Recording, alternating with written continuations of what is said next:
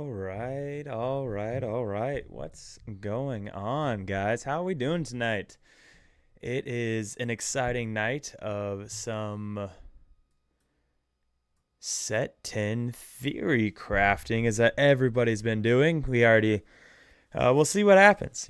Some people already on Twitter, if you guys have been watching, have already solved the meta, and you can buy their metafies and find out what they've done already and what they've tested that worked and what they tested that didn't work and how they've broken the meta. I won't have a metafy. We're just gonna figure it out together. That's what we're gonna do, because that's the fun way, is figuring it out as we go along. So that's what this stream's gonna be. Maybe play some games. I do have my one set 9 deck still put together. If anybody wants, is going to Axion. I think it's the Axion event is set 9 still, so they're still doing some hard testing for those guys over in EU. So if you guys want to do some set 9 testing, I don't know how. If anything, you'll just get to practice your deck, because the one I'm going to play is a little bit off meta. Not just a little bit; it's super off meta. So. But yeah, what's going on, Star? I think I've been putting off going hard into Amber Steel.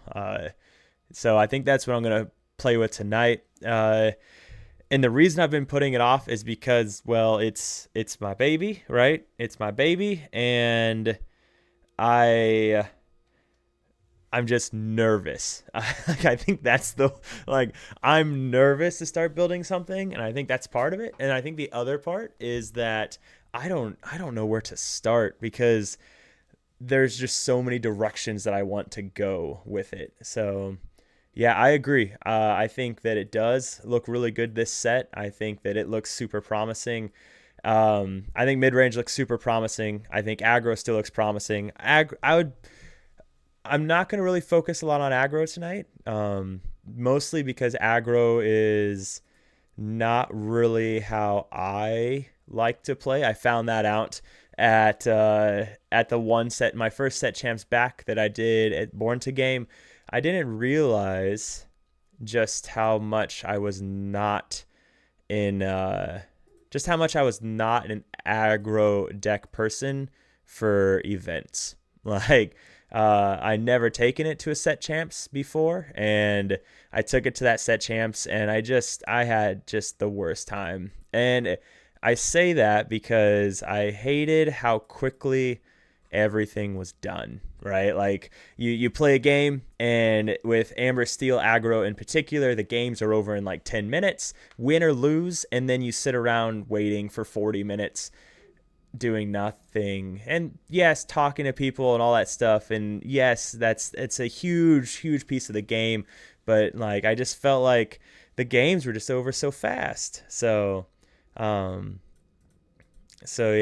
I'm not going to focus a lot on aggro, because I really want to start looking at the mid-range stuff. Circle of Life looks entertaining. A more Steel Song-esque version looks entertaining. There's just a lot of different directions I want to go. But yeah, let's start somewhere. Palmer, the MVP of everything to do with my overlays, absolutely amazing human being. So I owe him a lot. And then also we have a poll going on, if you guys are in the Discord, about what you guys think the most expensive legendary will be. Right now, surprisingly, Hades is winning. I did not expect that. So what's going on, Christian? What's going on, man? But yeah, let's jump into, why not? We'll start, instead of recreating the wheel, let's go ahead and see what we've got going on in 20 lore, or that. So that would work as well, but why not? Amber Steel, did I pass it already? There's the Circle of Life thread. Amber Steel aggro. Like that kind of mid-range? Are you talking like this one? I guess, how about this? Because you're in a bunch of the threads for Amber Steel. Which Amber Steel are you talking about? So I'll let you link it, and then we'll start there. So, but yeah, Amber Steel is going to be my baby tonight. Yeah, that list? Okay. All right. Apps, link deck. Oh, you beat me to it. Oh, I'm gonna pull it from here. All right, all right. So what do we got going on here? Okay, so we got actually let's just start here so we can get a bird's eye view of what you have going on. Okay, so we got the Aurora, so we're looking at princesses. So right there we got Aurora Ariel. I'm assuming the Ariel, so you can have discard for the Circle of Life. So going the Circle of Life route with the song package, which I think might be the way because with new bodyguard could be solid in mid-range Circle of Life. Christian? Are you talking the Prince Charming, the 310 that only one character can challenge per turn? But I think Circle of Life might be the direction to go with Amber Steel mid-range this set.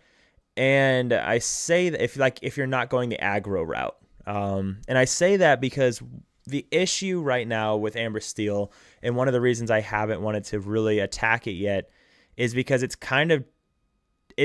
not Steel Song anymore. It is like people will call it Steel Song 2.0, but it's still very different because what we were doing with Steel Song is you had multiple win cons, right? You had the win con of just going aggro from the start, or you had the win con of, I guess you had three, but you had the win con of going aggro from the start.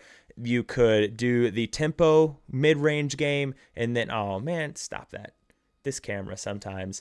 And then you could also deck them out. So you kind of had three win cons. Decking them out, not super popular, but Whole New World is what allowed that to happen, where you could control the board to kind of stall to get that really big board, set something up with Pete, things like that. And we don't have a Whole New World, right? So that changes the entire win condition or the entire process of what you're doing with what we did with Steel Song.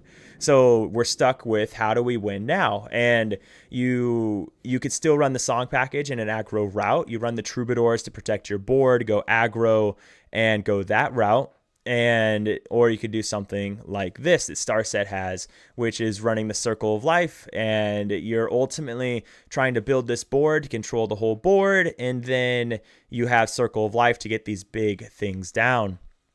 And I think the Circle of Life is a great direction to go. Meanwhile, we have Beyond the Horizon to kind of go from there.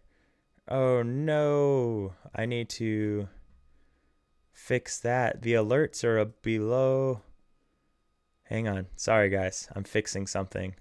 The alerts are below the screen, so I did not see what that was. We're going to back out of here really quick because I need to see. Lore League. Hey, I appreciate that. Is this the same Lore League that does all the big events? I'm assuming over.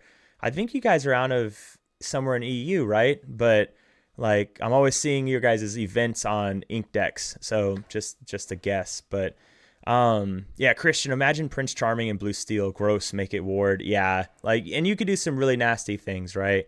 So looking at this list, like the things, yeah, it's us in Bologna. Oh, you guys are out of Bologna. Okay, awesome. Well, thanks, man. I appreciate the follow.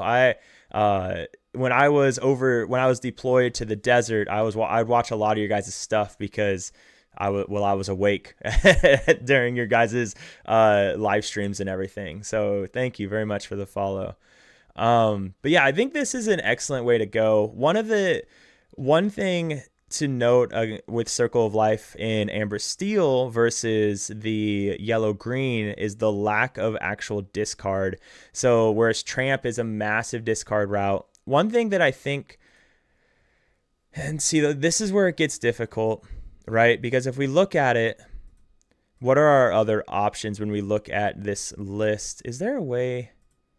Bam, look at that. This is what I want because it makes it easier for you guys and me, to be honest. Okay, so one thing that is going to be interesting to look at. So first off, if you're running, like the nice thing about the Aurora is you get the other Aurora down early. If we go to, so we got to no, stop it. We got to go to duplicate.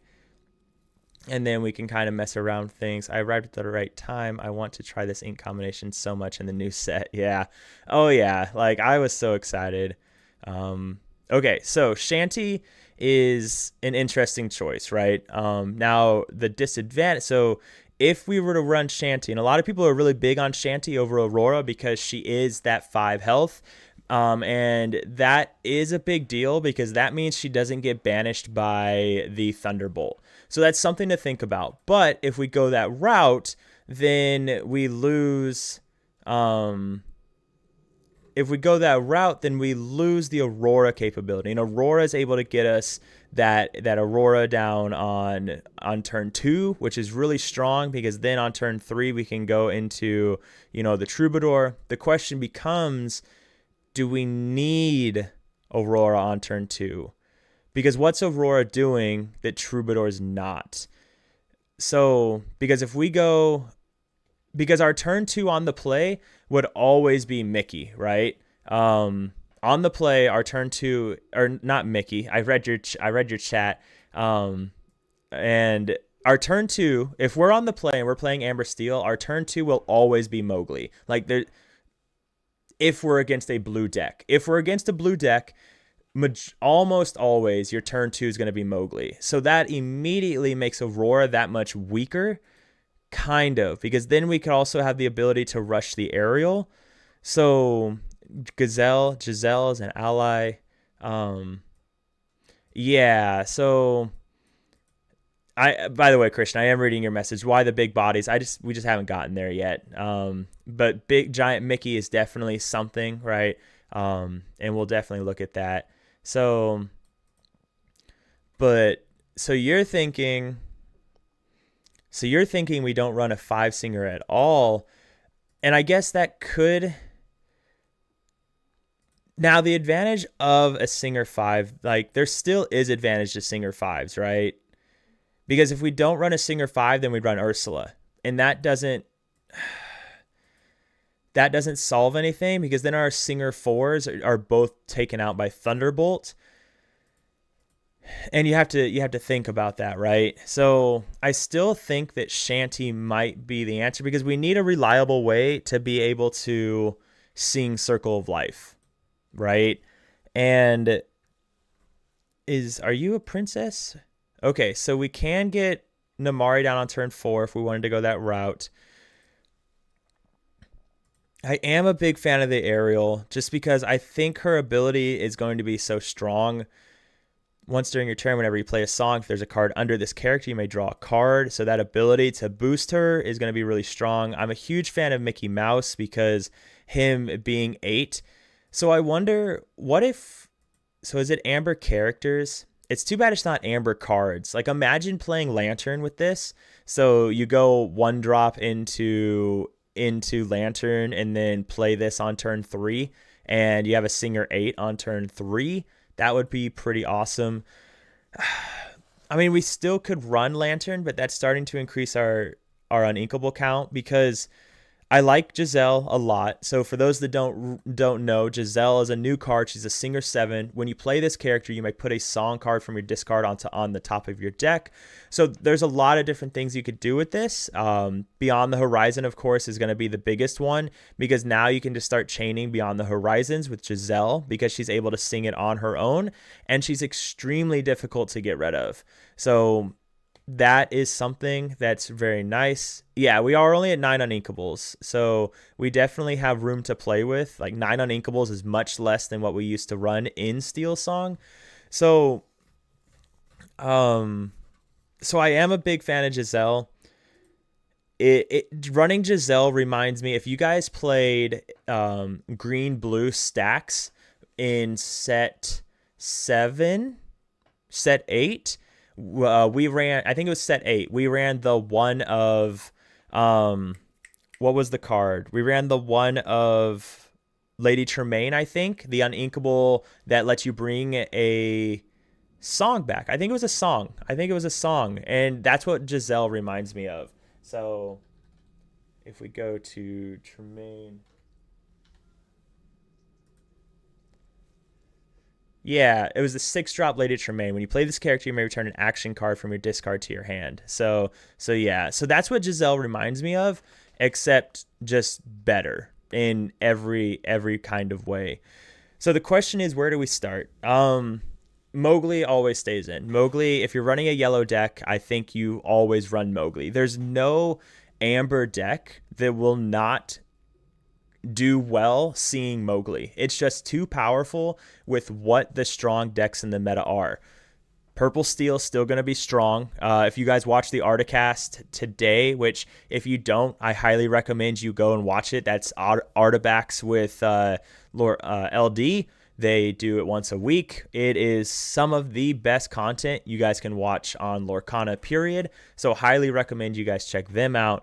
But Artifacts thinks Purple Steel is going to be the best deck in the format going forward because it got some strong cards. One of the biggest being this Goliath.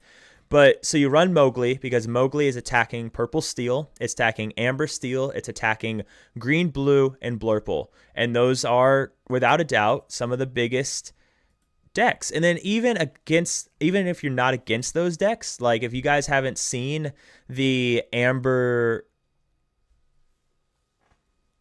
All right, hey Star, I appreciate it, man. Thanks for the starting point. So, if you guys haven't seen the Amber Ruby Racer deck yet, Amber Ruby Racer got a lot of good stuff this set. Stuff to really make it have a strong potential this set. So definitely it could be the aggro deck of the set, and then we'll kind of look at that another time. But hey, what's going on? Hungry Glypho? Is that a Q in there? Hungry, I can't see what that says. What did that say?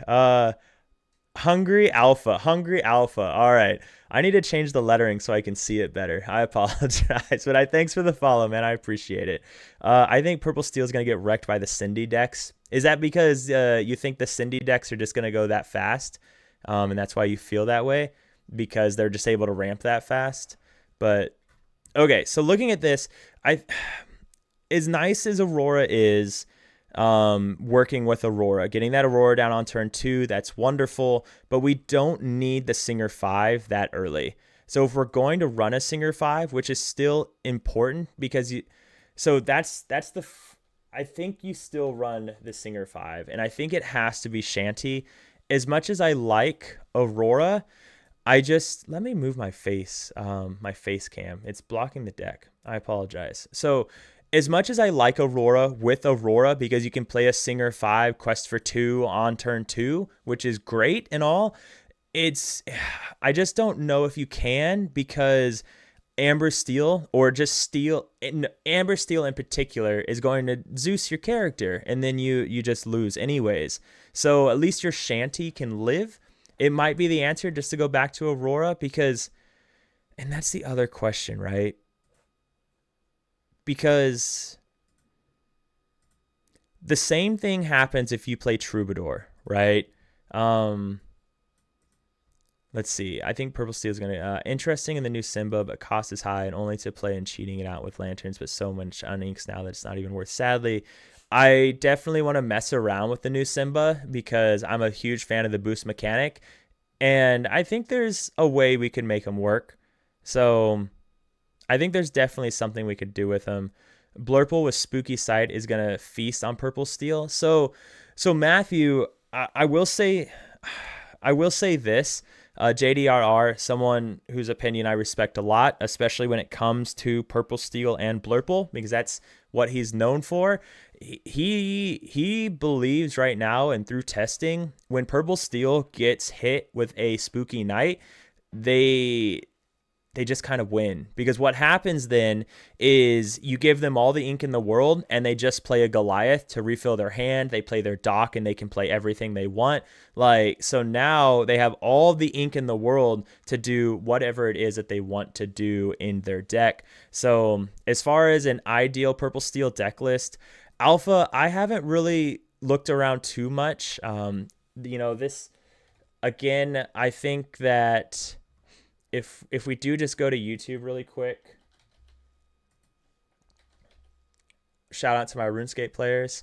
If we do just go to YouTube really quick, I'm sure like this is probably where I would start with Purple Steel with Lorcana deck list, Purple Steel list, because again, I value what they have to say, and Lorcana deck list is a big believer in Purple Steel. So this is where I would start, right? I'm not a fan of Purple Steel. I just the play lines have just never really spoken to me. So it's just hasn't been it's not something that I've ever focused on. I kind of rely on JDRR or Lorcana decks who likes Purple Steel, and kind of see where they run with that list and kind of just test from there.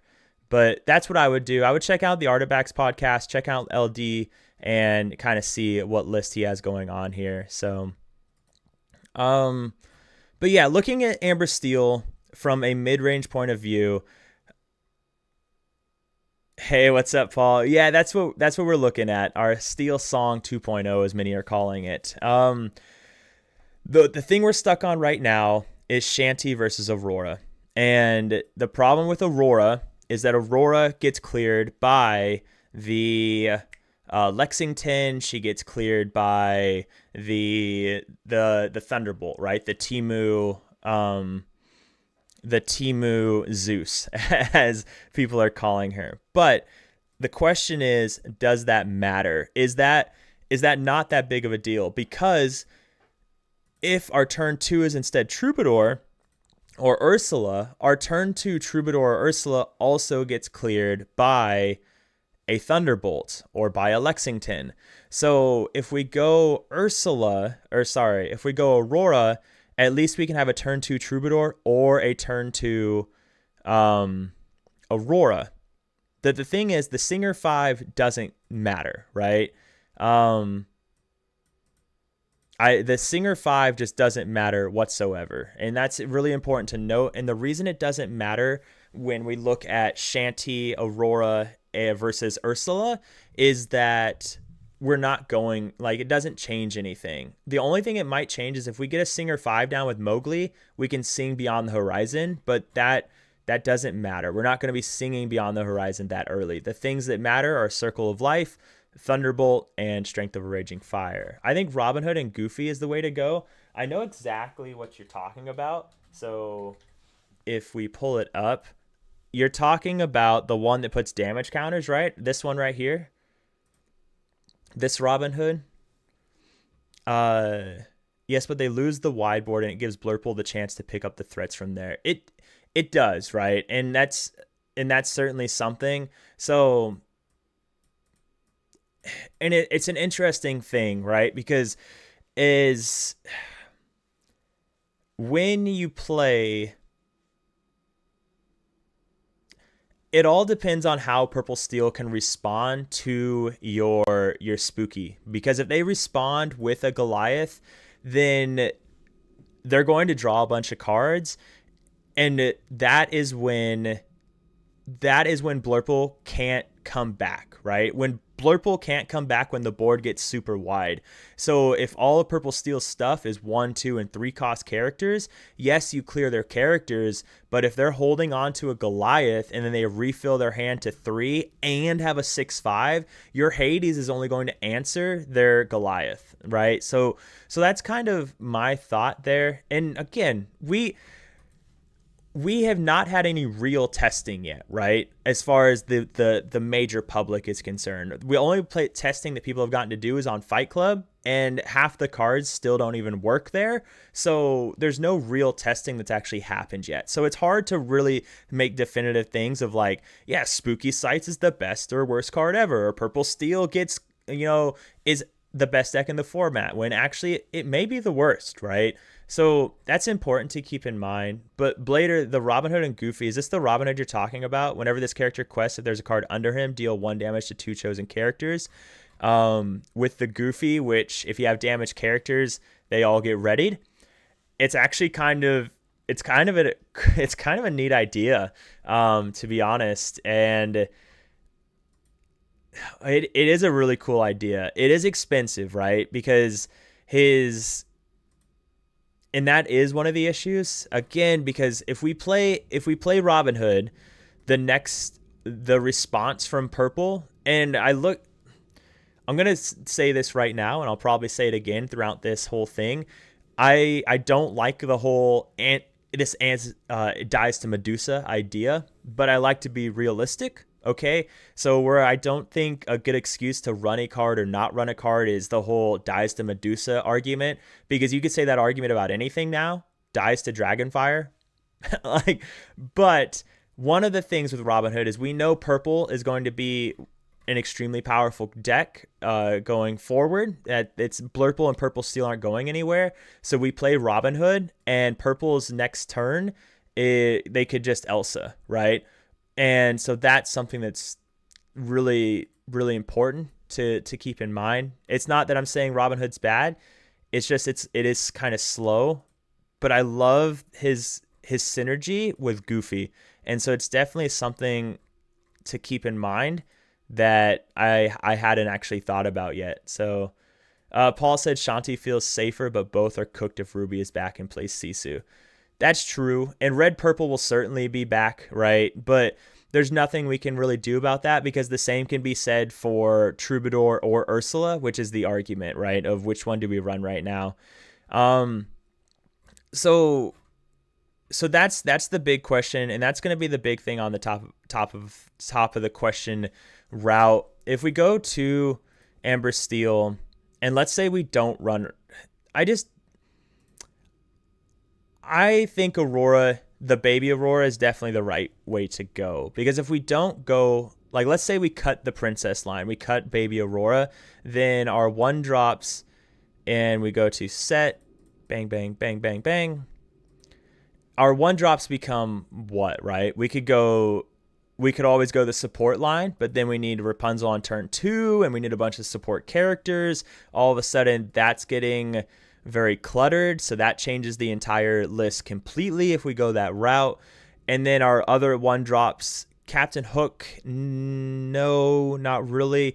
Nala could have been a consideration before when we had things like Whole New World, but that's just not going to do enough anymore. There is the route where we could go Vanellope von Schweetz, where we run the shift target. So that is an option. And then the other option is Daisy, and to do something like that. Daisy's not a bad option when we're running something like Beyond the Horizon, if we wanted to go that route. So, and that would increase our uninkables to 14 or 13. Math is hard if we went that route.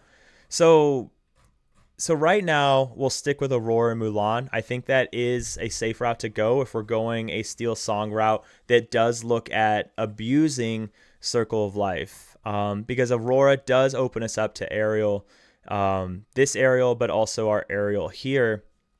So the next question becomes, Mulan is kind of a requirement with Circle of Life, right? Because we want to be discarding characters.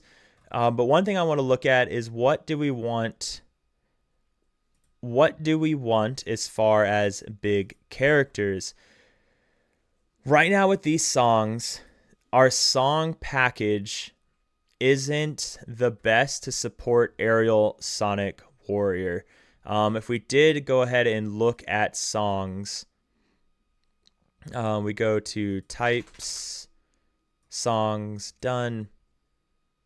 So if we did look at songs, World's Greatest Criminal Mind is probably going to be pretty good. Headless Horseman, the 8 cost, so the big guy could actually be something, right? Because that's going to do a lot of damage, right? So the Headless Horseman might be a good replacement for Ariel, and if we go that route, that could be a good option. We'll look at that one in a second. So World's Greatest Criminal Mind is certainly a big one that could be played.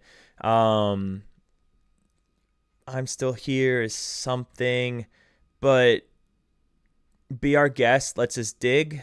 But it puts the bottom of the deck. So we'd like something that puts in our discard, and there's no songs that really do that. One song that we could do is, look at this family. So it's not putting anything in our discard, but look at the top 5 cards of your deck. You may reveal up to 2 character cards and put them into your hand. So that is pseudo draw, but I think that's better suited for the more mid-range aggro approach. So our song package for Ariel isn't the strongest, personally. Again, for those of you that don't remember Ariel, Sonic Warrior, she's a shift 4, a 3/8/2. Whenever you play a song, you may pay 2 to deal 3 damage to chosen character. It's not the strongest. I do like Goliath. I think Goliath's a neat idea. So our songs are at 14, and I just don't. If I remember running Ariel Sonic Warrior like with more songs than that back when we did run her, and like I would normally like 15 or 16. And I know it's only 1 or 2 difference, but 1 or 2 difference in a 60 card deck when we don't have a whole new world is a massive difference. And it's for that reason that I don't think that Sonic Warrior is really the answer. If we do look at, big characters that we might want to get down to replace Sonic Warrior, because we never did run 4, right? So that's important too, is we never ran 4 at any point. I think the max we would run was, I think some people went as high as 3, but we never did run 4. One thing, I love Chippendale. I think Chippendale is just a bomb card. When she comes back with yes. Well, hang on a second. Whenever you play a song, you may pay 2 to deal 3 damage to chosen character. And Circle of Life, play it no. So her ability would not trigger, because what happens is you play Circle of Life, and Circle of Life lets you play the character from your discard for free. So you play the Ariel, that action is now done. And because Ariel was not on the board when the action was completed, she can't use her ability. So that ability needs to be on the board. She needs to already have been on the board. That whenever you play a song, you may deal 2 ink. You may pay 2 ink to deal 3 damage to, yeah, because I'm pretty sure I've seen this come up in streams in one way or another. Yeah, because the action's done. Like, the action is gone. The bag has closed on the action. It's the same as if you, like, let's say you had the Tiana. Exactly, Seth. Sephern. Sorry.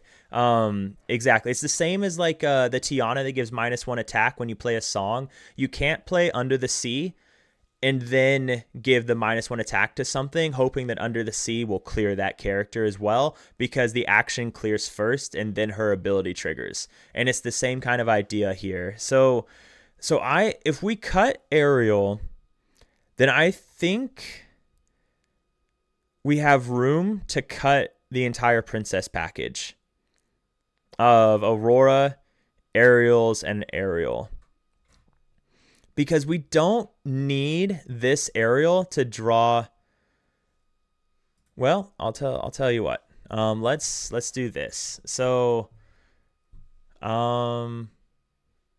if we go to my Discord and we go to here and hey, baby shark. Hi. I am live this time, so just letting you know. Don't say anything inappropriate. Yeah. So we'll just do judge here. All right, we're gonna type really quick. So I can move my keyboard too, because I'm not playing a match.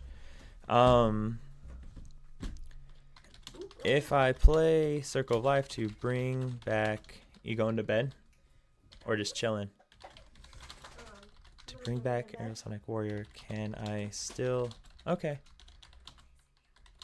They can sit in. Or they can't see you, no? Oh, okay. Can I still trigger her ability? Okay.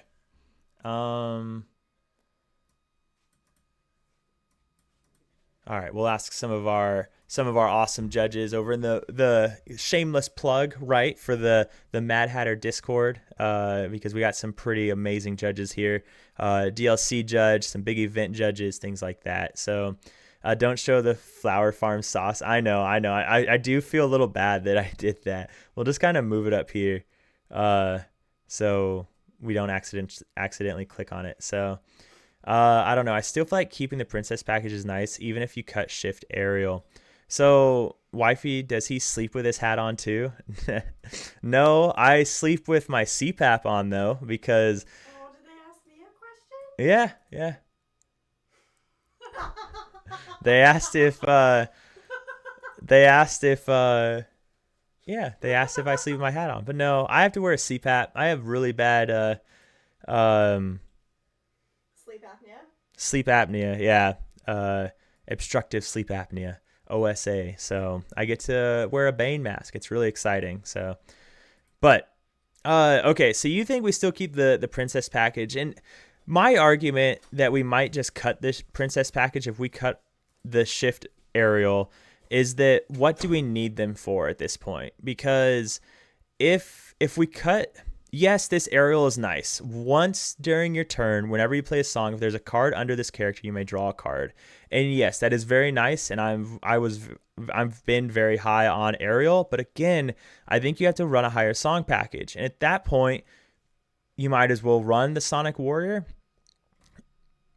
This aerial, you get to cycle through your deck, but you know what else I can do is I can do something like this Chip and Dale.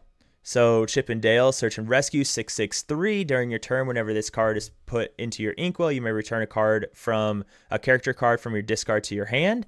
So that's bringing us back different things, and then we can run the no, not that. And then we can run the Dale or the Chip or whatever he is. So franchise, we can do something like this. So still a 4-cost character. When you play this character, you may put the top 3 cards of your deck into your discard to give chosen character -3 until the start of your next turn.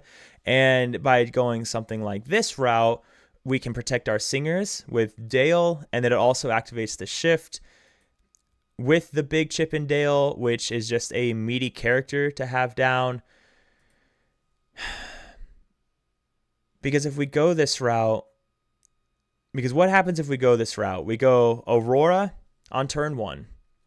Then we can go potentially shift Aurora, or not shift, but we can go the 3-cost Aurora on turn 2. That gives us Singer 6. Singer 6 isn't enough to deal with anything, so we still need another character. So the princess line doesn't give us anything extra, right? And that's kind of my worry. Aurora is never going to stick around to get us to things like Namari.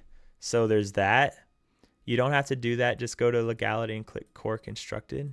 What? Legality. Oh my God. So I don't need these on anymore. Oh my God. So, okay. So that is really cool. So, okay. So this, if we ran this over the Aurora, I don't know. Let's find out. Let's take this out. Yeah, it does show up in legality. So that is pretty awesome. Like, okay, so let's say we cut the princess shift line. What do we replace in there? So the 4-drop gets replaced by the Chip and Dale, and letting us dig for characters that way. So it's pseudo draw in that sense. So that takes care of that. Now the aerial, what's the game plan here? Circle of Life. Hey, game piece. Yeah, so we're looking at Amber Steel, kind of a mid-range thing. Oh, that's genius, Blader. That is genius. We're looking at Amber Steel, kind of a mid-range package. And and seeing what we can do, kind of messing around with the potential idea of a new Steel song, but what does that look like when we don't have the capabilities that Steel song had, that being whole new world to flood the board and win games that way. So how do we go about winning games this way? Of course, answering it this way, what would be great if there was a way for us to wait a second. Ready? Nope. Ready characters? Okay.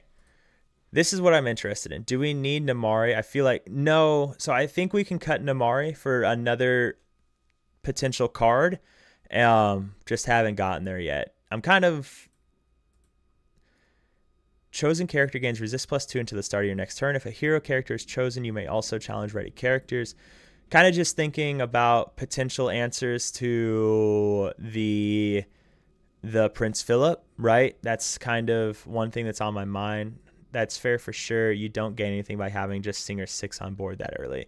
And that's kind of the issue that I was looking at. And because it's like, if we ran Prince Naveen, what does Prince Naveen do for us? I mean, he could sing Thunderbolt, sure, but like Prince Naveen, I think, is no longer really an Amber Steel card, but most definitely an Amber Sapphire card if you're running New Orleans, because it's really great there. So let's say we cut Namari, let's say we cut Ariel, and we cut these Ariels, and that takes us down a lot. So let's make this simple, make it really clean, and add 4s. Now, what about Aurora? We don't really need Aurora anymore. So that kind of takes us down to 44 cards. So some room to do stuff. Yeah, and that's the question, right? Game piece is every deck that gets built, you have to answer that definite question. And one way to answer that question is if they Prince Philip Ward, how do we come back from that? Because what if we look at the Prince Philip Ward board clear? First off, it's not easy to get off. Like, they need all of the pieces. And look at how often, like, if you like let's look at turn 2 ramp. Okay, turn 2 ramp, you have the strongest part of the game being that altar. Oh, did I mess it up? Stop it. Okay, being the turn 2 altar. And how often have we missed turn 2 ramp if you played a blue deck? And look at Steel Song, where you needed the shift package. How often did you not get the shift package? So now the Prince Philip deck needs 3 pieces to get it off. So you need you did not call it Thicky Mickey. So that's kind of the thing, right? Is we need to be weary of the Prince Philip package, but the Prince Philip package still needs 3 pieces, and we do have Mowgli. So, for example, if you're going against a green deck, you don't play Mowgli on turn 2. You hold Mowgli until a little bit later on, most likely, because you don't need Mowgli unless they play Prince Philip. You could also argue just play it on turn 2 because maybe they kept that card, but I just don't think oh, here we go. Thicky Mickey. I've just never heard him called that before, so it just cracks me up. So I didn't even, Pete's not even in here, so that's a big deal. I feel like this is going to be a 3-4 Pete meta again, simply because, yeah, and that's true as well. So because first they have to have the combo, right? And then after that, they have to be able to put it all together. So if you have Mowgli and you have Pete, it's going to be really hard for them to actually do. And then meanwhile, let's say you're building this board. Maybe you're like, a lot of these characters that we need are three cost 3 or less, which is a big deal because of Spooky Nights. But also when we're running characters like this, Spooky Nights isn't necessarily a big deal. Like, we'll take the free ramp to get these characters down, hard cast to Circle of Life, whatever it may be, and that doesn't feel really bad either. But let's we need a one drop, right? We can't just walk in there with only four one drops. So what do we run in the one drop position? If we cut the Aurora, because Aurora is the easy answer. So what do we run now?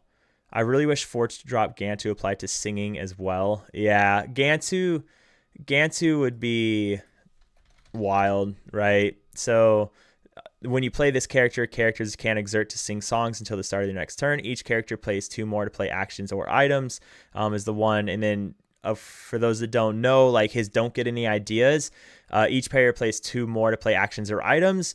That doesn't count for singing the song. So if you have a singer 4, that singer 4 can sing the Thunderbolt. So that is a big deal. But okay. Uninkables aren't too high. You can run Pluto for early game ramp. That is a possibility. I mean, Gantu can always be an option, right? But the fact that it doesn't stop singing doesn't stop the, like, Gantu wouldn't stop the Prince Philip removal, and then Gantu's not stopping the Cinderella ramp. Gantu's not stopping the singing that Purple Steel is going to be doing. So Gantu's just, what is he stopping is the big question, because we're not worried about Spooky Nights like that. In this list, in a Circle of Life list, I do not think you ever care about Spooky Nights. So for one turn, that is true. For one turn, it does stop it, and maybe that's like that is true. So, and yes, he does just get zapped by Zeus, and you're running an Uninkable that doesn't, in my opinion, do much. So for our one drops, we could run Pluto, right? The Pluto letting us ramp a little bit faster. The question is, what are we trying to ramp to, right? If anything, we could play the Pluto. You play Troubadour on 2, and then you play Mickey Mouse on turn 3. And then Mickey Mouse could, sing Beyond the Horizon, sing Circle of Life, things like that. You just have to have something in your discard, so you'd have to go Mulan. You'd have to follow up with Mulan or Dale the next turn. So that's something. So Pluto could be a good one drop that could work really well just to cheat out Mickey Mouse, or even the Chip, right? So is it Chip or is it Dale? Hang on, we're gonna find out really quick. Or is it Chip and Dale? Okay, it must be Dale. Okay, it's Dale. When I talk about Dale, I'm talking about this card right here. So we'll just kind of throw up 4 of them right now, and we'll throw 4 of him because I'm really big on that card. But so Pluto is a good option. Spooky Night will be good for a week or 2 after people will just hold cards and blast board with 10 ink like aggro. Yeah, like that's why I said Amber Steel aggro is still going to be so good. So that's something. How do you say her name? Right? It's been a hot minute since I watched Black Cauldron. Like Ellenwee? Is it Ellenwee? I think that sounds right. Ellenwee could be big if we ran World's Greatest Criminal Mind, and that might be something that we have to run because Big Cow is going to be something. Goliath, Demona, like there's going to be a lot of things and a lot of reasons to run World's Greatest Criminal Mind. Captain Hook has to be considered as well for this build. Just in Captain Ellenwee, I'm pretty sure. Yeah, I think that's what it is as well. And Captain Hook could be an option. It stops your opponent from questing. Fire the Cannons isn't going to be a popular thing next set, I don't believe. So it's going to stick around for a little bit. And then after that, there's not really any options, right? We don't need Daisy because we're not going this heavy aggro route. And we don't have a way to go a heavy aggro route. So I'm not big on Daisy in this list. Vanellope is only good if you run the shift line, which I don't think we have to run the shift line. You could run Rhino, but I don't think Rhino's really doing anything. There's not an Amber. You could run Happy. I mean, Happy would answer Iago, but they're just not going to. They're not going to turn the Iago sideways. I also don't know if Iago is evasive. So, is it not Iago? Amethyst, Steel, 1. Oh, because of that. So, He's just Challenger 6. Okay. So Nala's interesting to cheat out some early lore, but she's awful in top deck later. Yeah, and she's an awful top deck, and I don't think we have to cheat out a bunch of lore, right? Like that's kind of the thing. I don't think that cheating out lore is going to be an issue. That's not our goal. And the other problem is she's gonna get answered really easily. If anything, it's a character. If anything, it's a character that just kind of lives for a while, which is not a bad thing either. So I don't know. So let's. Oh, there we go. This one. So if we want a 1-drop. Sorry, I'm fixing something on this other screen really quick. Forgive me for failing you.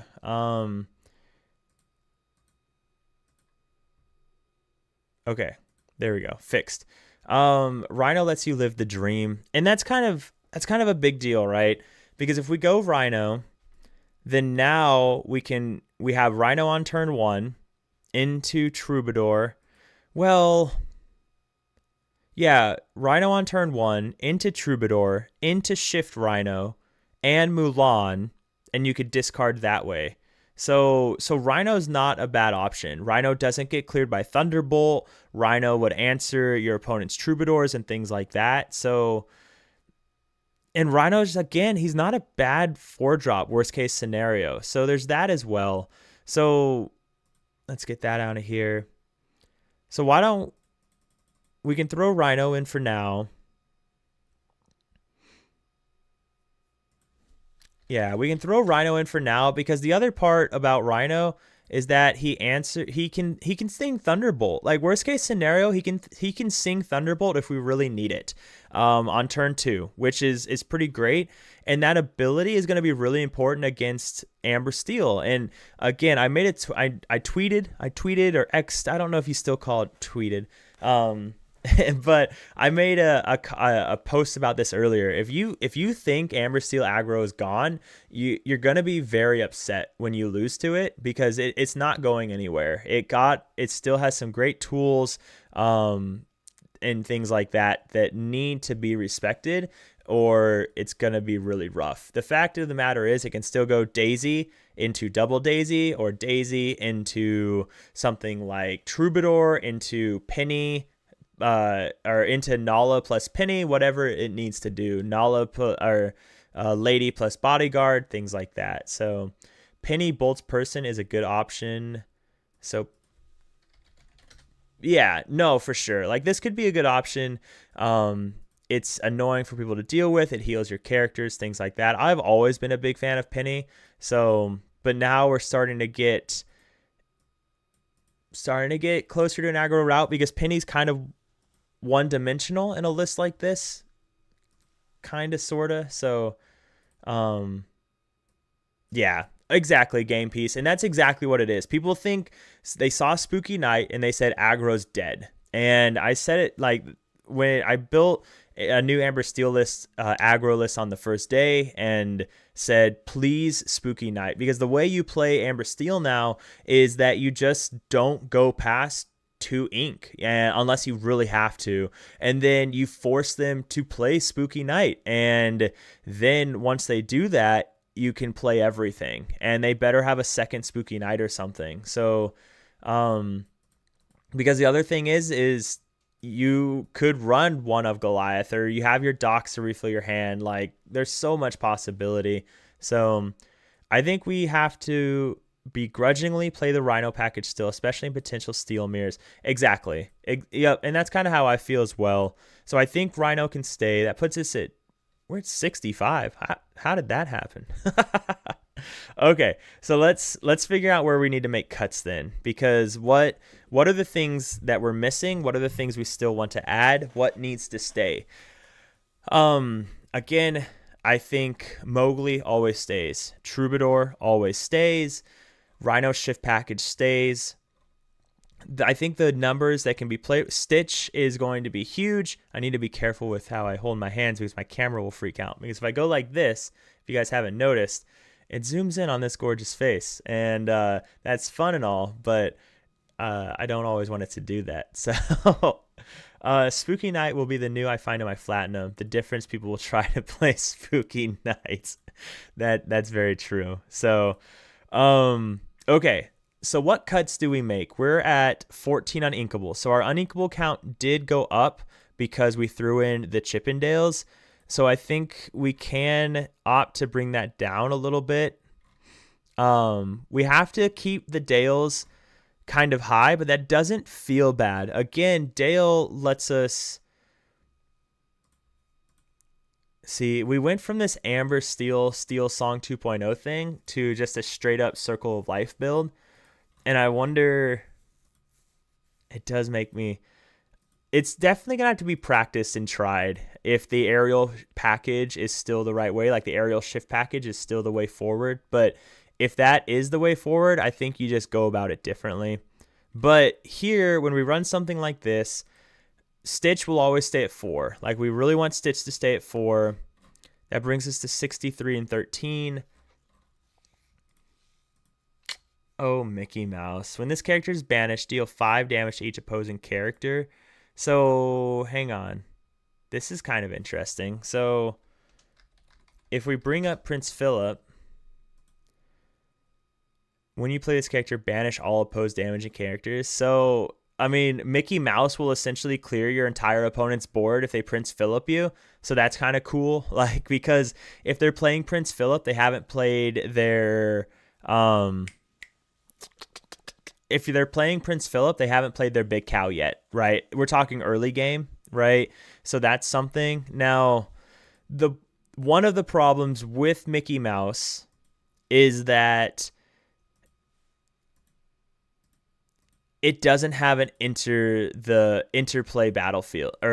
battlefield effect, right? And what I mean is that if we play Chippendale, we can still ink that turn. Hopefully, you can return a character from your discard to your hand that maybe you need really bad. Maybe it's Giselle, maybe it's Pete, whatever. But the big one's going to be Stitch. Goliath, we always get his ability, right? At the end of each player's turn, if they have more than two cards in their hand, they choose and discard cards until they have 2. So if they have fewer than 2 cards in their hand, they draw until they have 2. Chippendale directly counters that, which is an issue.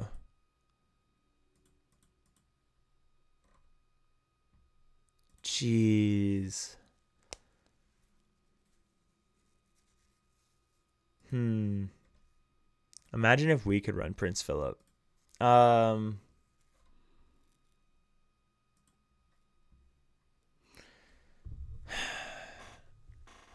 Could the aerial package be good if we ran Kristoff?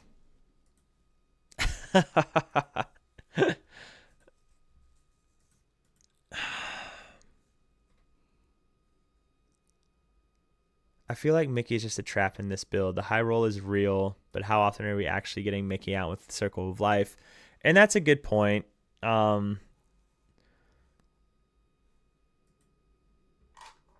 Simba, whenever you put a card under this character, you may reveal the top card of your deck. If it's a character card, you may play that character for free, and they interplay Exerted. Otherwise, put it on the bottom of your deck.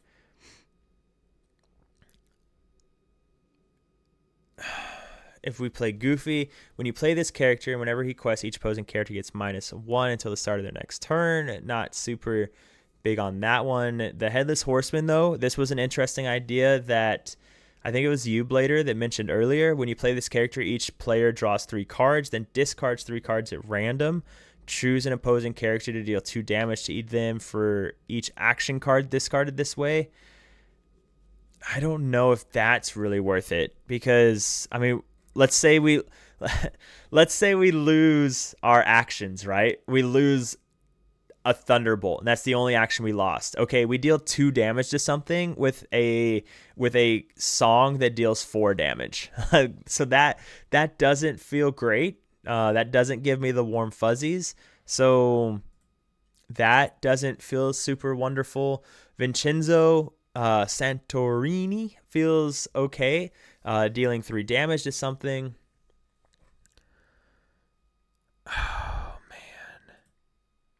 See, this is the it is for both players, right? So they could have a bunch of actions as well. And that is very true. Like it is both players. So it's not just my actions. So and that does feel really good when we're running something like Goliath, right? So if we ran Headless Horseman, what what's the baby shift? I don't remember. So it's just a 4/4 bodyguard. Okay. Um I don't even know if you'd run the bodyguard though, right? Like if I don't think you'd run the baby shift in this build per se.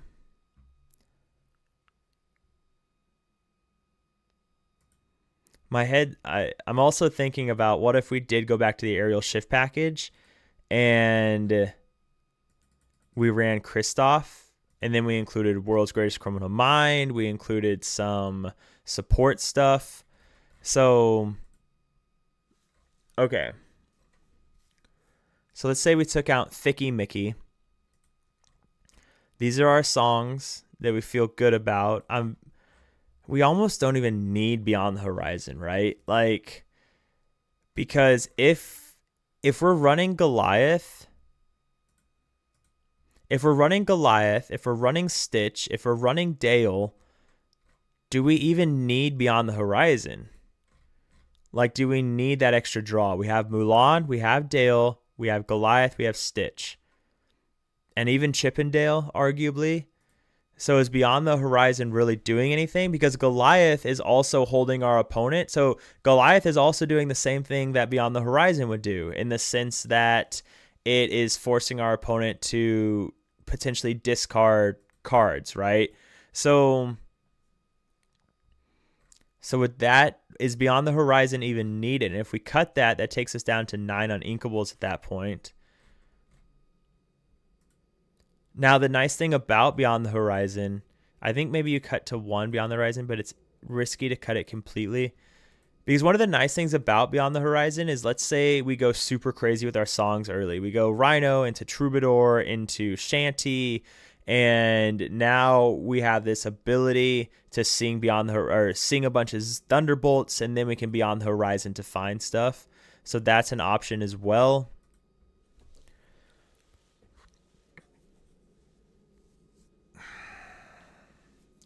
This is interesting.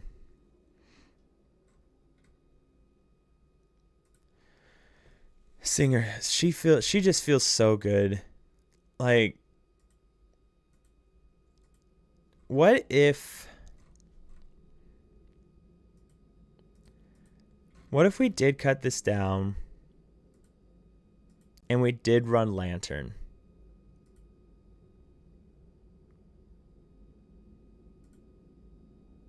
Like, so yeah, like humor me, right? Like let's say we ran Lantern in this list. And again, this might be bias. If you guys didn't know this, I love Lantern. Like I think it's an awesome card.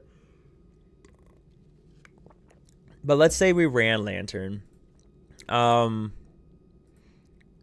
What does that do for us? So when Lantern was really good, it was really good with Decandio, if you guys remember back in the day, and he'd run it with Ariel, and he could play Lantern and do some crazy things with that.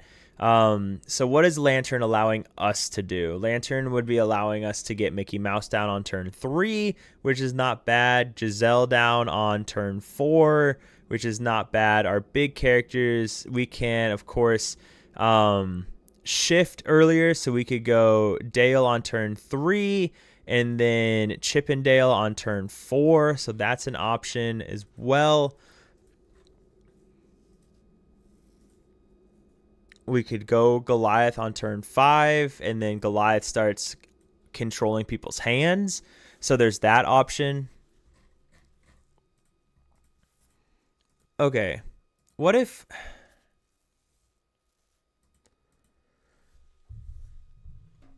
are the things? Let's kind of back up a second, right? We look at the meta. What are the things that we have to worry about? We have to worry about Blurple. Blurple's not going anywhere. That's part of the question. What do we cut for Lantern? Do you have enough mechanisms to get big characters in discard without Beyond the Horizon or for Circle of Life. Excuse me, sorry. Without Circle of Life, our mechanisms become Mulan and Dale. And that is a question, like, right? Is that enough to run Circle of Life? Because the deck that is popular with Circle of Life is going to be yellow green running the Tramp, and that's one of their biggest ways to get that mechanic going, as well as Yzma and a couple other things. But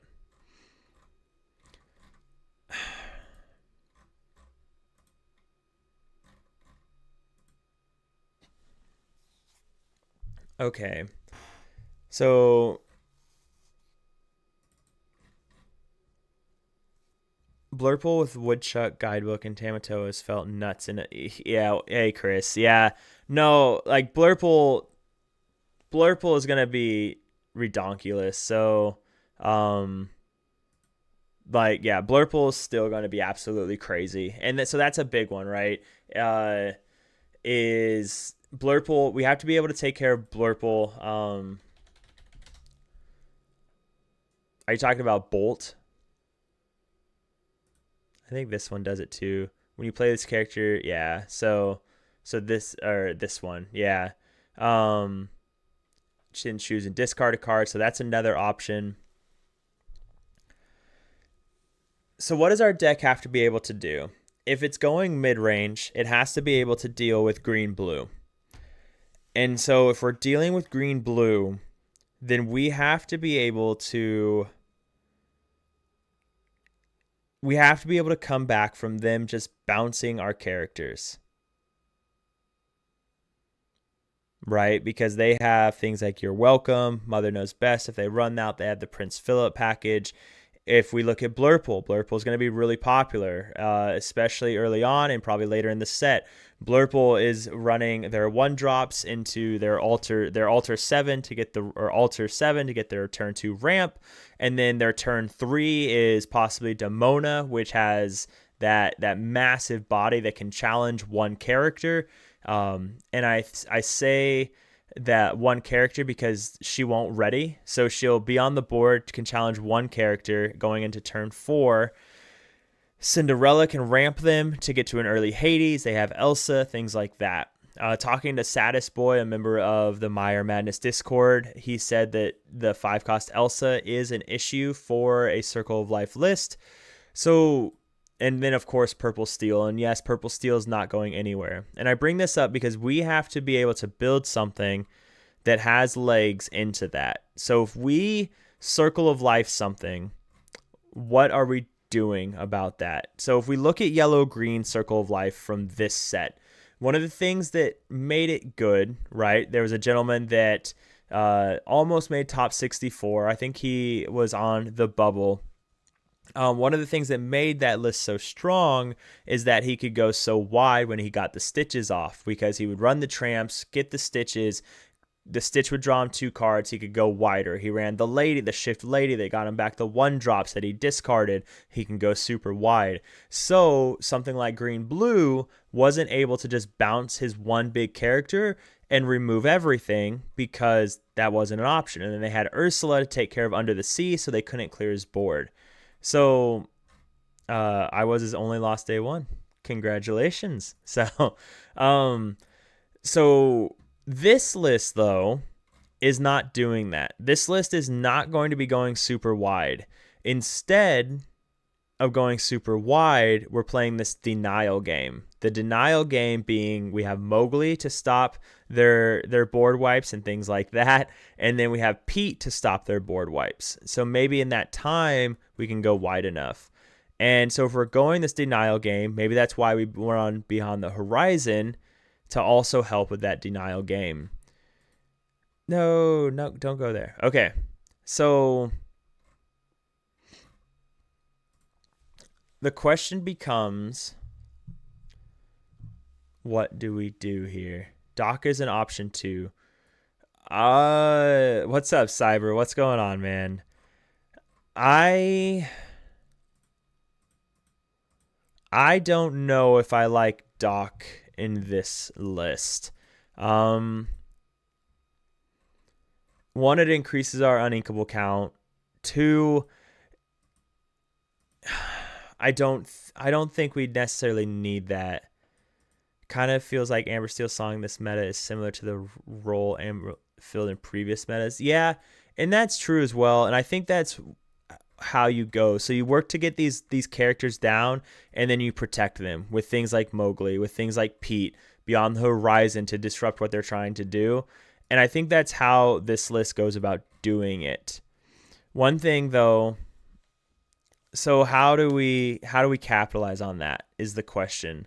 So Rhino Shift is helping us sing Zeus, control things early. So what do we cut? Because we're at 62 cards right now. And these things do feel good. Like, I don't think Giselle is necessarily the answer. That's the easy answer. Just say cut 2 Giselles. That takes us down to 60 cards. Takes us down to 10 uninkables.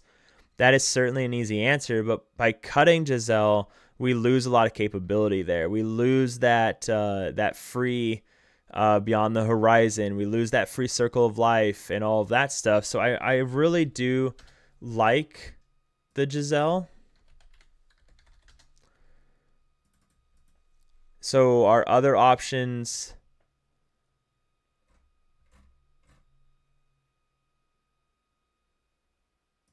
cut a Shanty down, I think feels fine. And a Pete, because we don't want to cut our big stuff down too much. If we cut our big stuff down too much, then that makes our circle of life worse.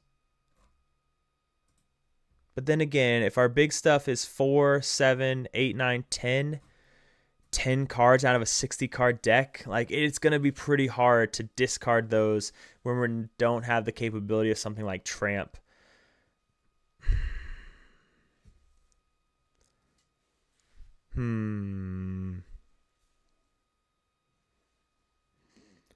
I do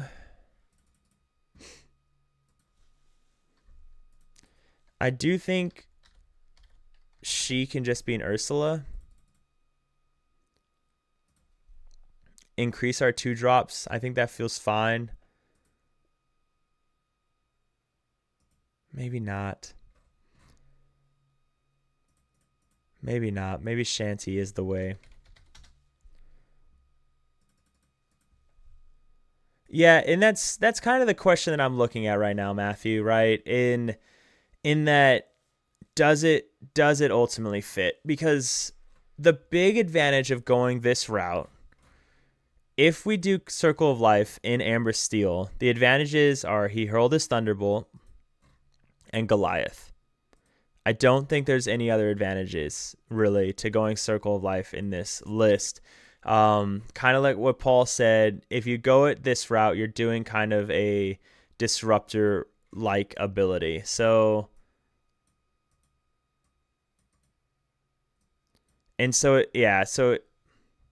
hey, I need to change the font on this, because is that Goat for Mattis Dead? Goat for Mattis Dead followed. Thanks for the follow, mate. I really appreciate it. Thank you very much. But so it might not be Amber Steel. So let's look at something. Let's go back to where we started, right? And it's almost like, hey, Honest Abe, what's going on, brother? Thanks for the raid, man. Really appreciate it. That's very nice of you, man. I hope the stream went really well for you. So, what were you doing on stream, brother?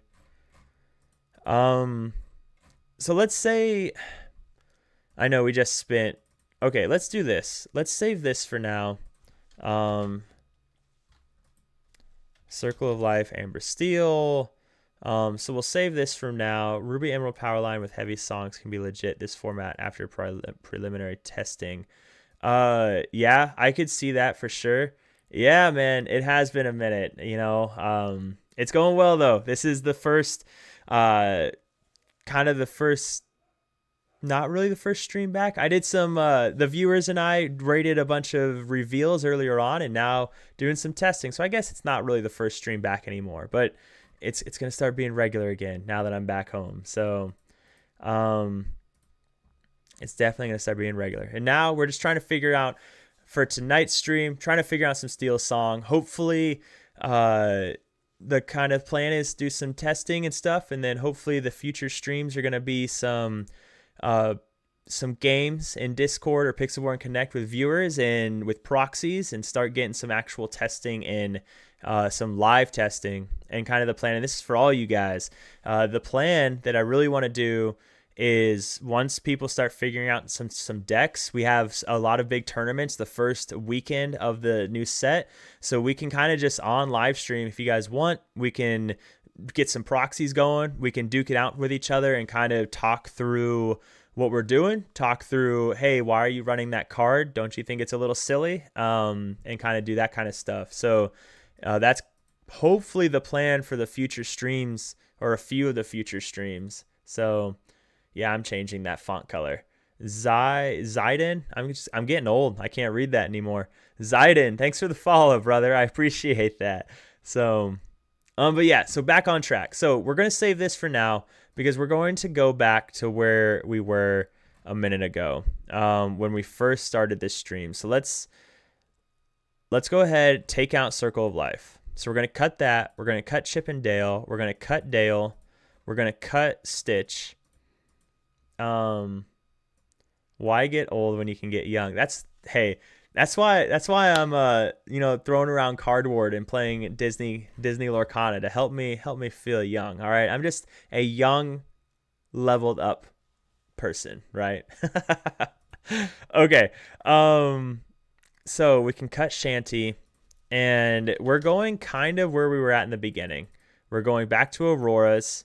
Let's go World's Greatest, something like that. We want Ariel, so we throw in our Ariels here, and we're just kind of going deep right now, right? And then we'll make some cuts in a moment.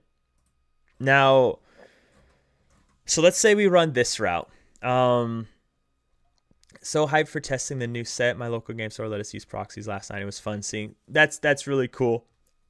Excuse me. I think that's really cool. So that your local game store lets you guys do that. So okay.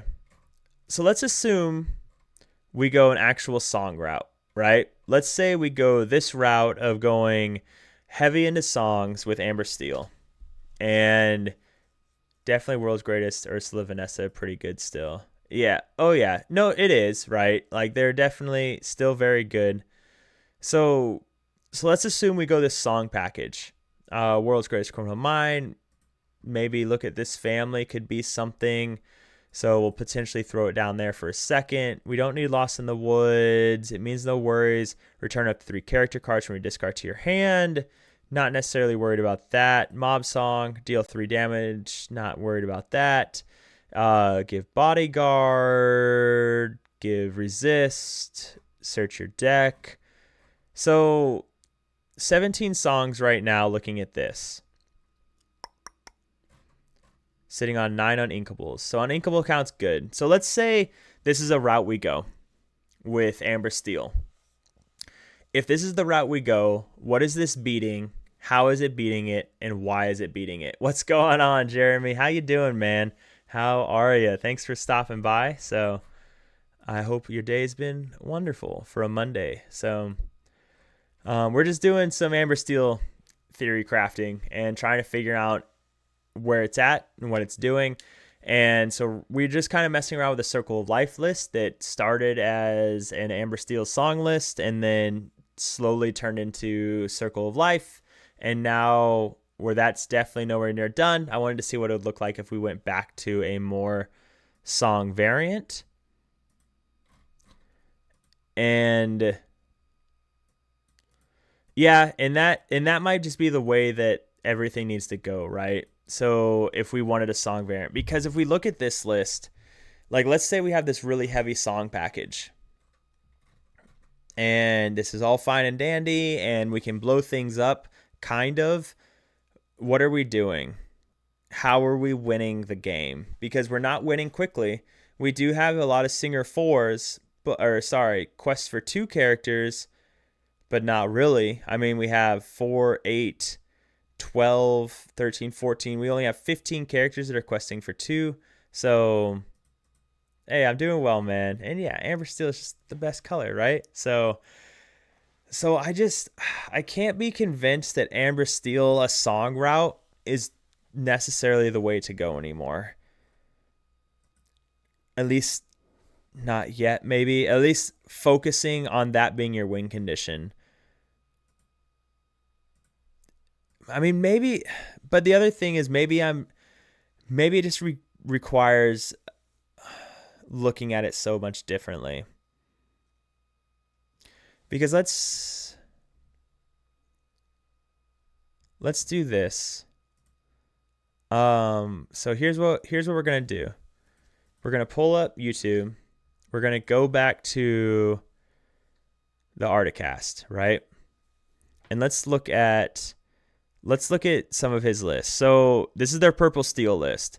So the purple steel list, Amber Steel is going to do really well into, right? Because we're going to be able to blow things up. The Ariel is going to be able to answer things really well. Ariel is going to be really hard for him to answer. Demona comes in on turn 6, so it's not coming down quickly for them. We can blow up Yzma, blow up Genies, blow up Calhouns. Like, we can take care of all of their stuff. And so our song package would answer this really, really well, right? I think that would be perfectly fine. But if we go to Blurple, how do we beat Blurple, right? And first, I'm not saying that Artabax's lists, for the Articast, him and LD, I'm not saying his lists are the way these decks have to be built or supposed to be built. But the fact of the matter is that it has 3,000 views in just 15 hours. So people are going to navigate this direction in building these lists. So that's really important to understand, and why it's important for us to kind of look at that and figuring out how we want to go about building it. So just watch. Yeah. So if we look at this list, how do we beat this list? What are we doing? Well, we don't have the Cindy song capability anymore. We can blow up all of this stuff right here very easily, which is nice. If we go the Rapunzel pack, or if we go the Rapunzel support package, we can even blow up Elephant, which is really nice. So yeah, I have no doubt that it is super influential. Just anything the Articast puts out is going to be super influential on the meta. No one could tell me differently, right? It's like if Zan posts a list, like, it's going to be super influential, even if he has no business like saying he's built the best list for that ink colors. Like, the fact that he posted it and then even made a $5 metafi or whatever, that would be a very influential thing in the meta, because people respect Zan Saeed, and like what Frank Karsten puts out, any of that stuff. Back on subject. Honestly, I think Amber Steel, again, being able to blow up everything, because everything they play, you're blowing up, is not a bad option as well. I wondered about going back to a slight discard version with Amber Steel along with the damage cards. So it's funny you mentioned that. Like when we ran Have You Forgotten? So so if we went that route though, I mean, what does the deck really have for discard? Like, nothing. What does this card do? When you play this character, you may choose and discard a card to deal 2 damage to chosen character. Okay. Oh, there is a lot of discard. Okay. But is there anything that makes our opponent discard to have a control route like that? No. Well, Daisy. So, but that's not enough.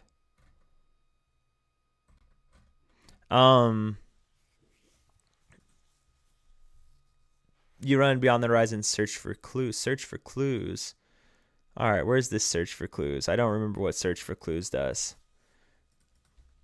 Search for clues. This players with the most cards in their hand choose and discard 2 cards. If you have a detective character in play, gain 1 lore. Okay. So yeah, so that could be an option. A good option as well. because you beyond the horizon and then you can do stuff like that. So there's that. So that is an option actually. So that's actually not a bad option. Discard's a funny one. I was never a fan of You Have Forgotten Me. I've never been a huge discard fan because I don't know, like it may be part of it's because I know people don't enjoy playing against it, so I don't enjoy playing it. But if you get past that, I think discard could very well be a good option. Beyond the Horizon and Search for Clues definitely going to really mess people up. So Blurple though, actually I do, which is kind of interesting. I do think just blowing up the early stuff is going to have an impact. One thing to keep in mind is so what was our big power into Blurple back in the day when Blurple was a tier 2 deck? High tier 2 is Whole New World. Whole New World had a big impact on that. So how do we win the game against Blurple? Because if we only have so many songs to sing, so maybe the way to win the game is something like Search for Clues.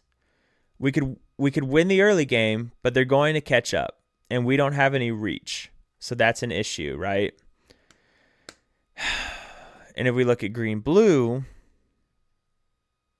is just a monster. It's a monster. Someone said something earlier. What was it? Red Steel. They think Red Steel is going to be the way to build a song list. The new song deck is Red Gray, honestly, by Michael. And that could be true as well. So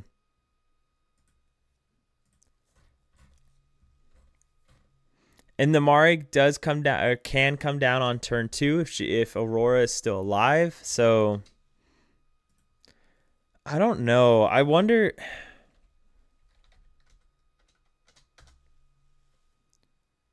Okay. There she goes. Okay.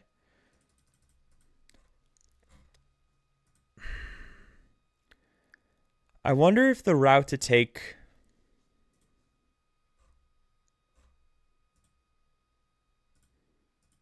We can cut that. We don't need that. That takes us down to 14 songs again, which is just not great for Ariel. 14 songs with Ariel is just not super good. So that is a problem.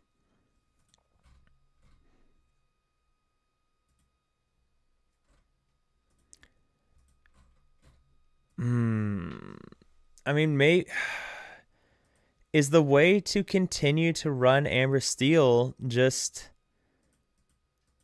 an aggro mid-range route? Because how are we winning if we run something like this?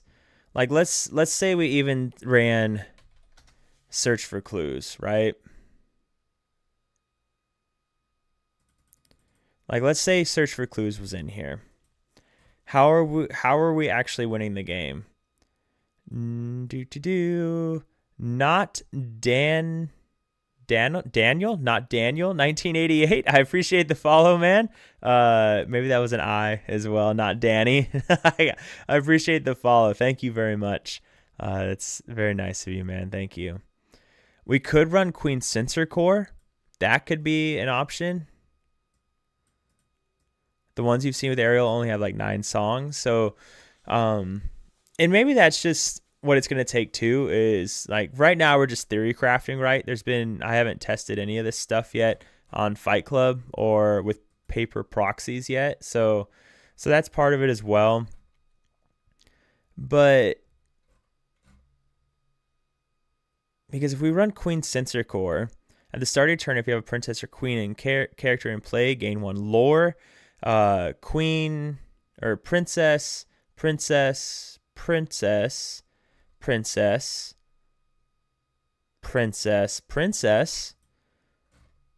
So is it kind of like a flute meta kind of thing?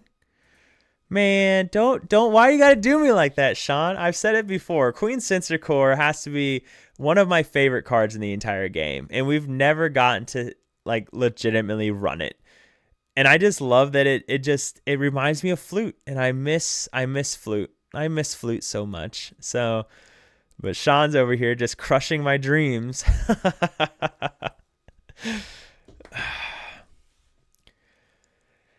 um, I mean, if the meta's slowing down though,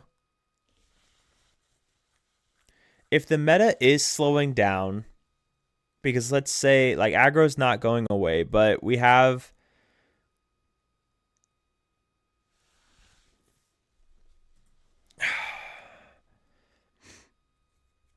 the draw ability is not going to be super reliable. I mean, it's going to be okay, but it's not going to be super reliable. So you're not going to really want to use a lot of ink for that, because that has to be the question, right? I keep going back to it. How do we win the game? Maybe we win the game by just kind of doing the tempo thing where we just control the board, and then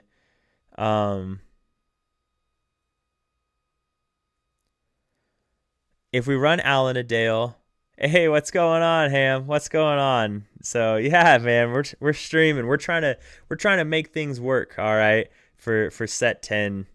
Before I start going and looking at other things that I think are going to be much easier to make work. So, for example, green blue that I already put together, or amber steel aggro, green steel, all things that I think are a little bit easier to make work. But what fun is easy? So spaghetti dinner. What are we doing here? If you have 2 or more characters in play, gain 1 lore.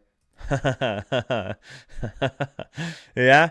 So exert and 1, pay 1. Yeah. Gosh, could you imagine if you just had 9 ink and you could just play like exert it 9 times? So gonna try red blue this set. Yeah. I mean, red blue certainly looks like it has some legs to stand on for sure. So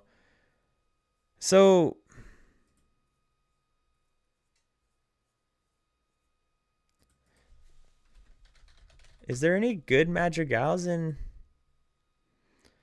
I did consider this madrigal as some reach, but it's a little difficult.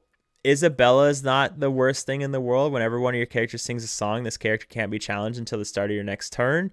That's not the worst thing in the world. I mean, that's some cheeky lore, right? So that's not the worst idea in the world. I think you run the new Rapunzel legendary and the Moana 5 cost for the Queen Sensor Core. So okay. All right. We're going to look at this. So let's say we rock some Queen Sensor Core, right? Stick with me. Let's say we rock some Queen Sensor Core.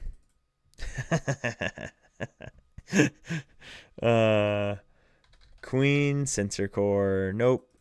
Queen Sensor Core. Queen. Come on, stop it. Sensor. Okay. Do I? Oh, that's why. Okay. So we rock some Queen Sensor Core. Probably not 4, maybe 4. But then we rock some Rapunzel. So now we have, what are we at? We're already at 61 cards. It's so tough. It's so hard. Because did you add rewrite history to songs?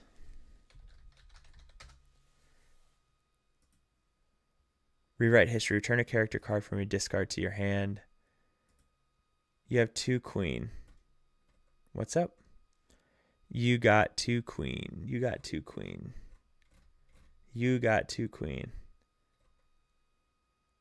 Like, take out. You think take out? I mean,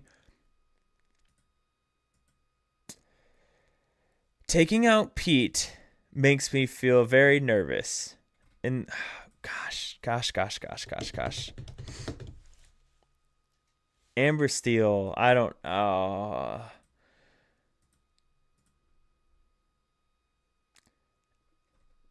Amber Steel is in a rough place right now. I think it's going to take a lot of finessing because we can't just run Rapunzel. We've got to run. So let's say return a character card from your song to your hand. Yeah, I think Pete has to stay in any version we run. When you run Mowgli and Pete, you're making things very difficult for them to do anything. So We got aerial into aerial. I mean, maybe this aerial is not, but maybe we just depend on these songs. Because right now, one of the things we're missing, maybe.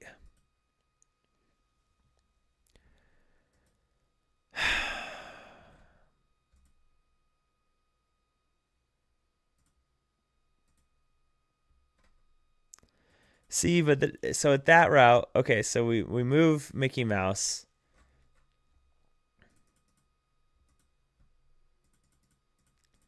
At this route, if we go.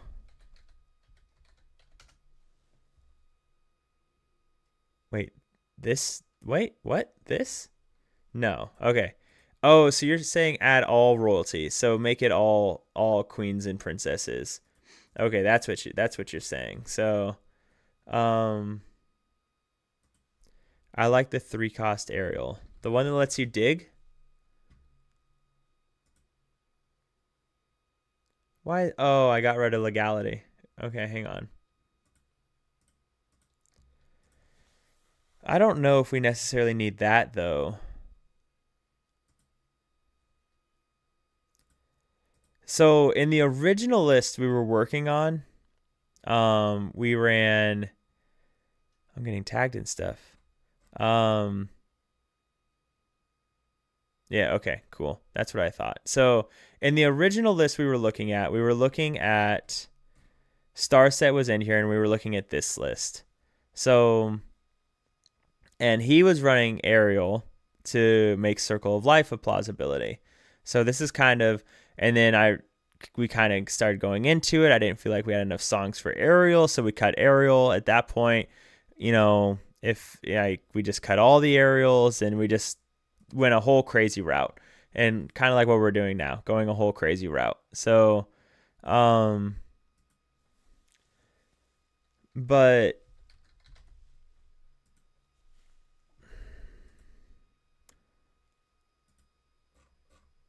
what are we at right now? We're at 56. If we run the Rapunzel, that takes us to 60.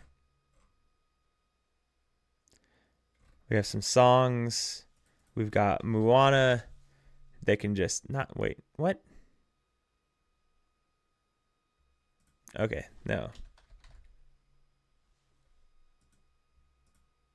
Okay, there we go. There's my Moana that I wanted. So let's say we have some of this one in here. Quest for 3, readies your other princess characters. So at this point, we're at 64.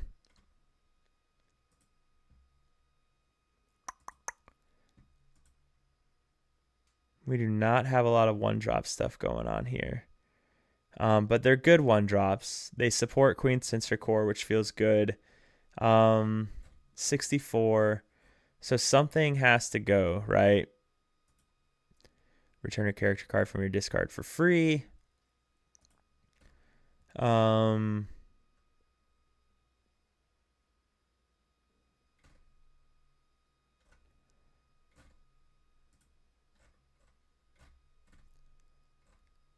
So is it just bring the Namari down because we don't necessarily need that?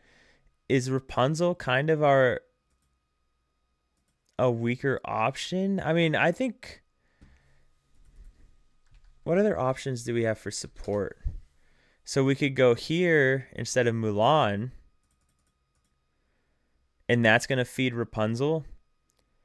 So we can do something like that. What's Mickey Mouse doing? Mickey Mouse is a princess. Mickey Mouse gains support. So Mickey Mouse could be an option. Whenever this character quests, you may banish chosen exerted character with 5 attack or more. So this is like a world's greatest criminal mind going on. So I think maybe you could run some of that. So if we run...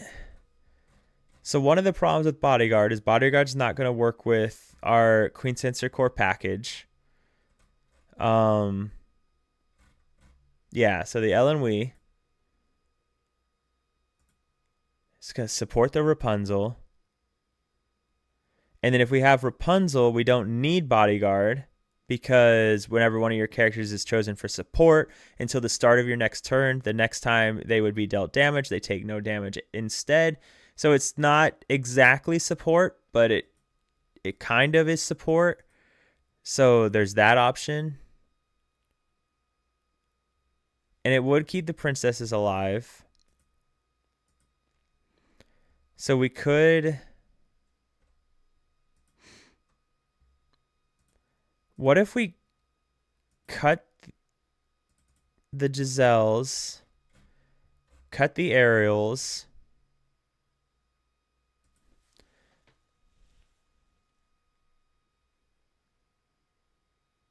so it doesn't protect her, right? But it does protect. So let's say you go Ellen Wee, right? You go Ellen Wee on 1, then you go Rapunzel on 2, then you can support each other, right? And then once you support each other,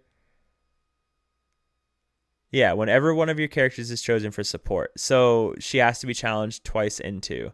So, oh, that's not a bad option. So we could either run something like Raja, which is a 3/4. Is there... Oh, take out support. We could run Raja. We could also run the Gym Deer, but also the Clawhausen. So Clawhausen feels pretty good. Kita is a bodyguard.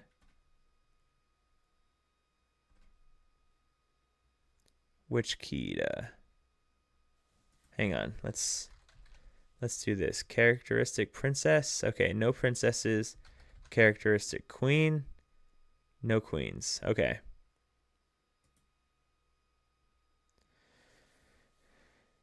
Kita is a bodyguard. So that Kita is not legal anymore, though. You're talking about the 2/3 Kita, Inkable. Yeah, she's not legal anymore, unfortunately. I'm 99% positive. So for bodyguards that are left, Clawhausen is actually a pretty good idea. He has the Singer 4 capability, so if we needed to go that route, we could go that route.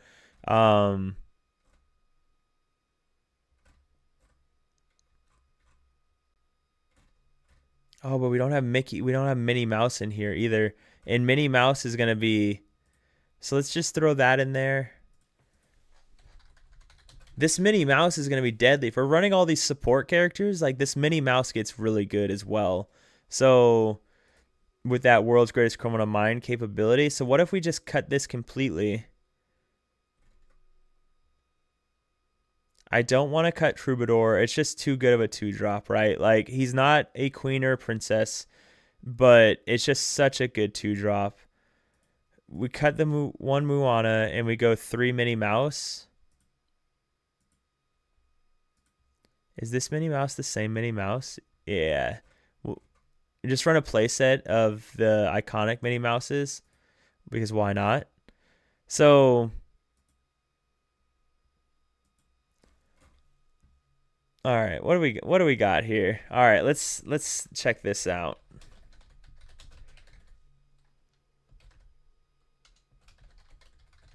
Let's check this thing out. Okay, so if we go to view,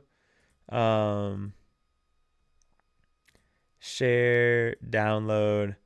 Oh, it's a 2-liner also. Photos, just once. Okay.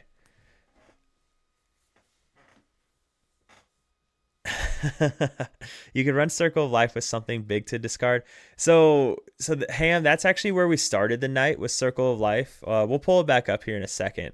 This has been a wild ride. We started with a discard Circle of Life deck to something else and then end up here.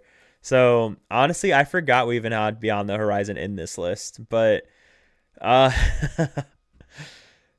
so we have this support package. So how does this deck win the game? What this deck is trying to do to win the game is essentially protect itself, and then meanwhile getting lore from Queen Censor Core.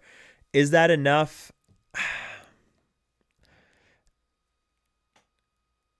I mean, that's a lot of turns where Queen Censor Core is going to have to get you a lot of lore. Now, if you have multiple Queen Sensor cores down, that's going to be helpful. And nobody's really running item removal right now.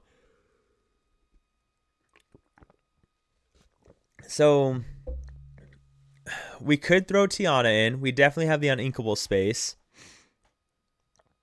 You should put Mickey Mouse, Amber Champion, and Circle of Life. And now we're going full circle. So, it's funny how that works. So Vital Make, Vital. Yeah, I think it does need World's Greatest Criminal Mind, but we started the night on World's on Circle of Life. We'll go back to it in a second. Before I started going kind of messing around with different things. So I don't think we want to run 3-cost Lady. Yes, we could, but but I don't think we need to, kind of thing. So that new Pluto has popped up in a lot of my test games recently. It is brutal to my Amber Sapphire Queen Sensor Core deck. The new Pluto. Oh, this Pluto.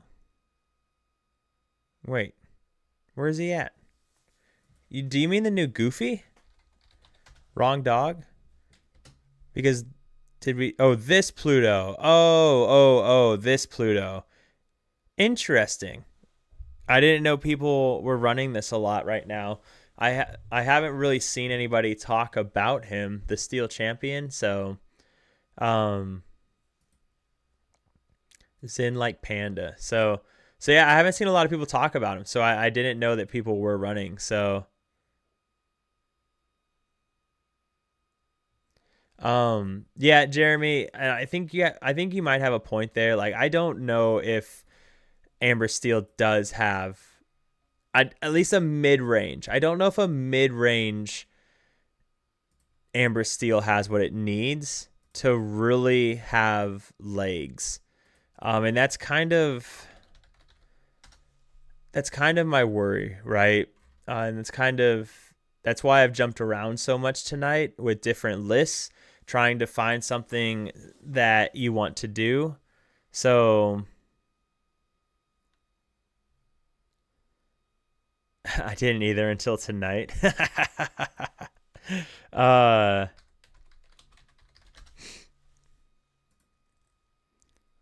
have Amber Care. Yeah. So, like, I don't think a mid-range song, like, maybe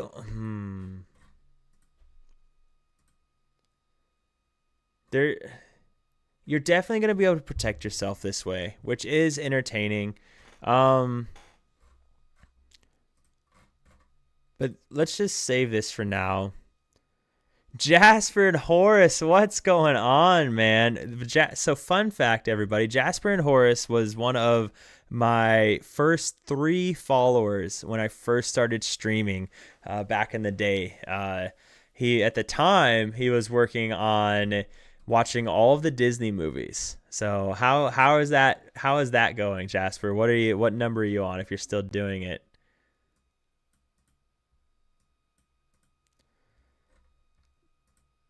So a lot of these characters do have 1 lore, yes, but they are keeping each other alive, and then we do have some 2 lore up here. So, and then of course Queen Sensor Core.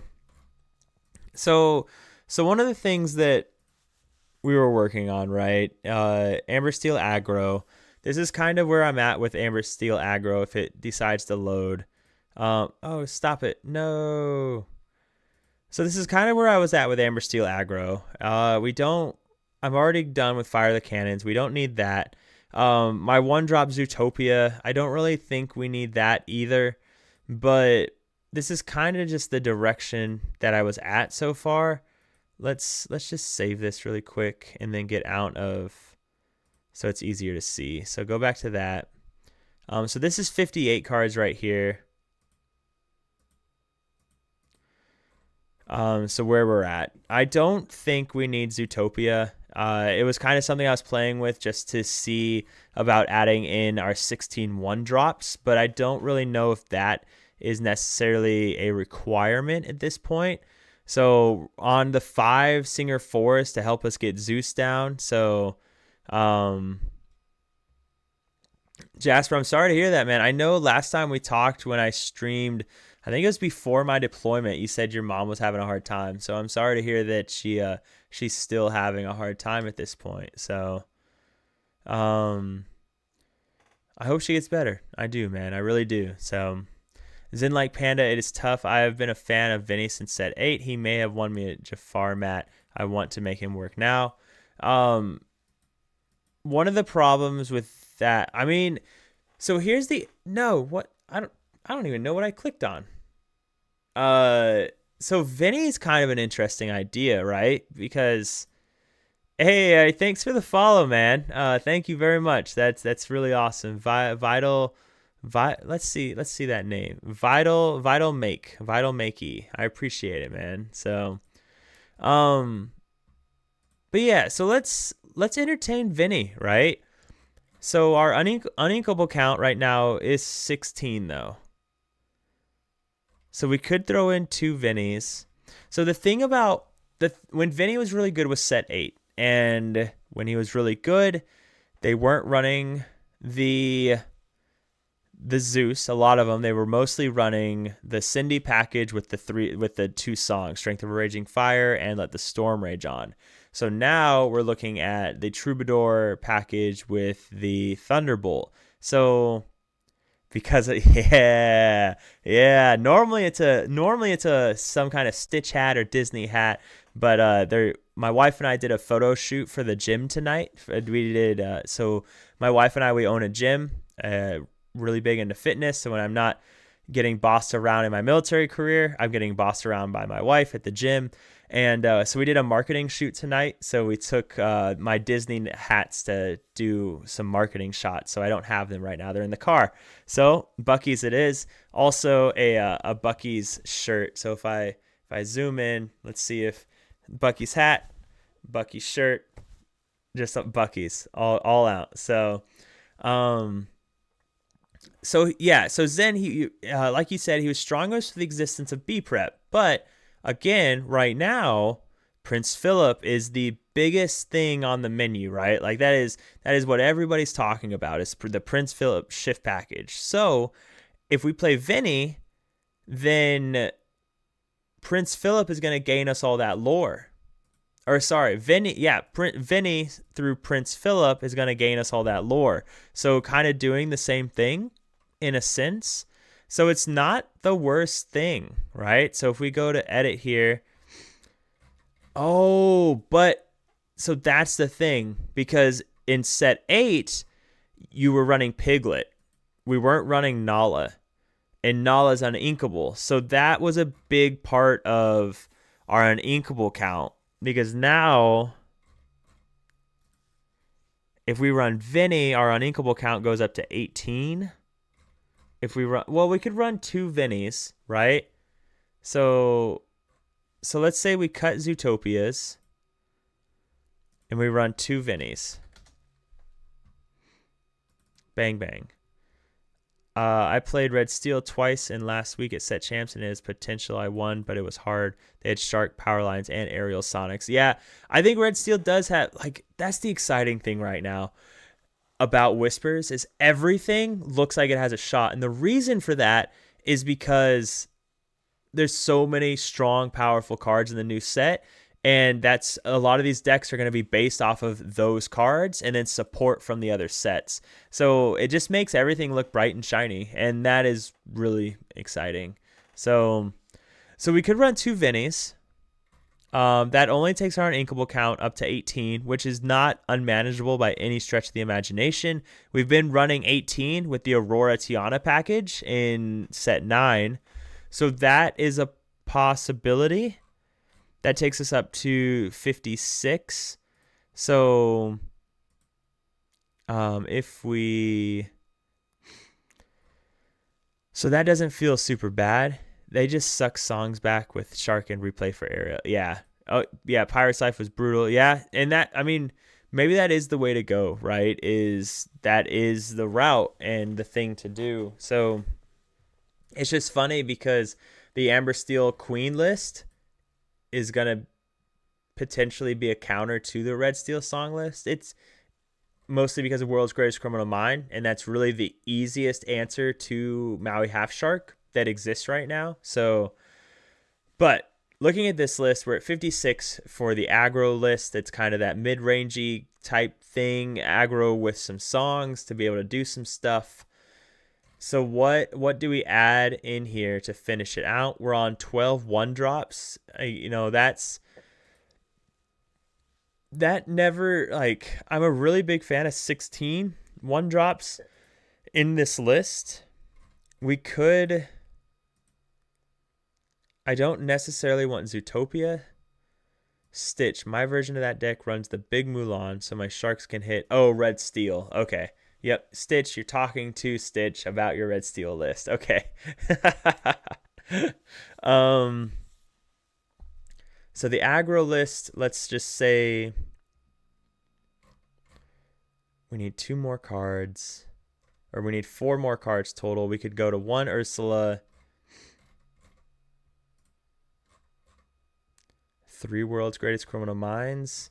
We never get enough ink for Goliath, so Goliath's not going to be an option. We just go to 4 Pete's. We just make it a nice 2-liner, right? So we do something like this. No, we need bodyguards. So we go minus here, bodyguard, bang, Amber Steel. We go to legality, we go to core constructed, and we can just throw down some Rajas. That takes us to 60 for the time being. So share, bang, bang, bang, bang. No, not like that. Not like this. Okay. Download, open, bang. Okay. So that's kind of an Amber Steel route that you can go if you want songs. Been wondering about a bodyguard deck with Bogo and Simba. Hey, what's going on, Lent? Yeah, I bought my playset of Bogo about 2 weeks ago because I still didn't have one, and because I love Bogo. I think Bogo is a cool card. Bogo and Simba is going to be doing some nasty work. So that could be an option as well. So another deck possibility going later in the game. But this kind of looks nice. The thing that we have to remember is if we're going later in the game, then we're getting into a really nasty territory. Oh, Lexington. We're getting into a really nasty territory of, if we're going later in the game, we're getting into a nasty territory where we're running against green blue and we're running against Blurple. And so any deck that we run that's going late into the game has to be able to answer these 2 decks reasonably well. They have to be able to go like hand in hand against them. So if we're running something that goes later on, like this is a conversation we were having with Amber Steel Circle of Life, then how is it going to be able to answer that? This is the big question, and that's the same question. I bring this up because we talk about Chief Bogo and we talk about the Simba. Now, the Simba and Chief Bogo could take on Blurple, I think, reasonably well because they can't answer a lot of characters getting flipped over. But how does it take on something like this? Because those effects aren't on play, right? So they have time to bounce it. They have time to Hades it, things like that. So they have a lot more answers to Chief Bogo and Simba. So there's that. But I'm not a big fan of Lexington in this list just because Lexington's only questing for 1. And I don't necessarily like that. So I don't know if Lexington is the way. But this feels like a nice development for the aggro list. Nope, that is Sapphire. So you could run it in a blue-yellow Sapphire Queen Sensor Cord list. Um, but it is a sapphire card. I don't know. This feels like a really good aggro start, I think, or an aggro update. I think I'm pretty in a good mood about this one. I love this artwork. I think this artwork is so nice. So, um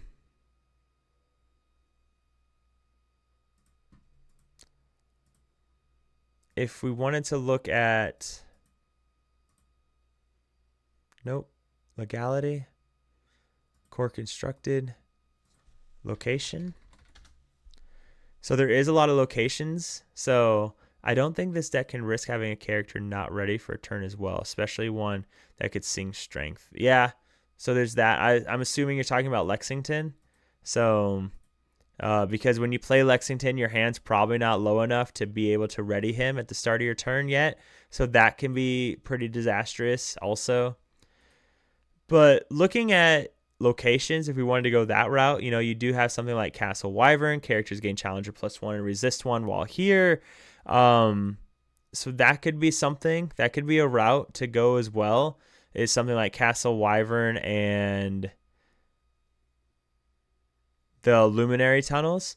While you have a character here, you may pay 1 less to play locations. While you have a character here, this location gets +1 lore for each other character you have in play. So that's not a bad option. So let's say, what if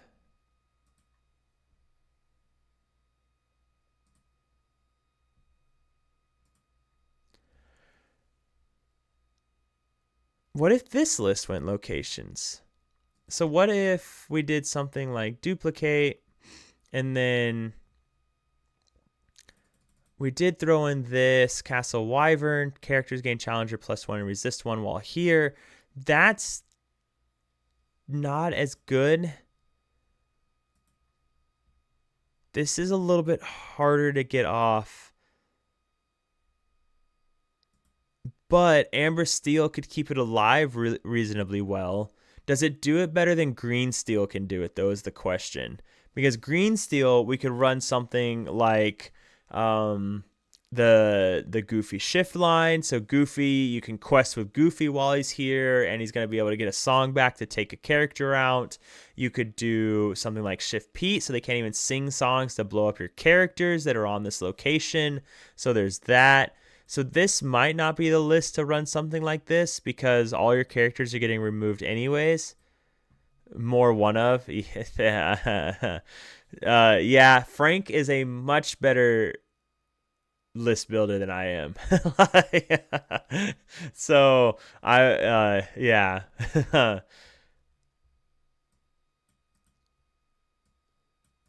Yeah.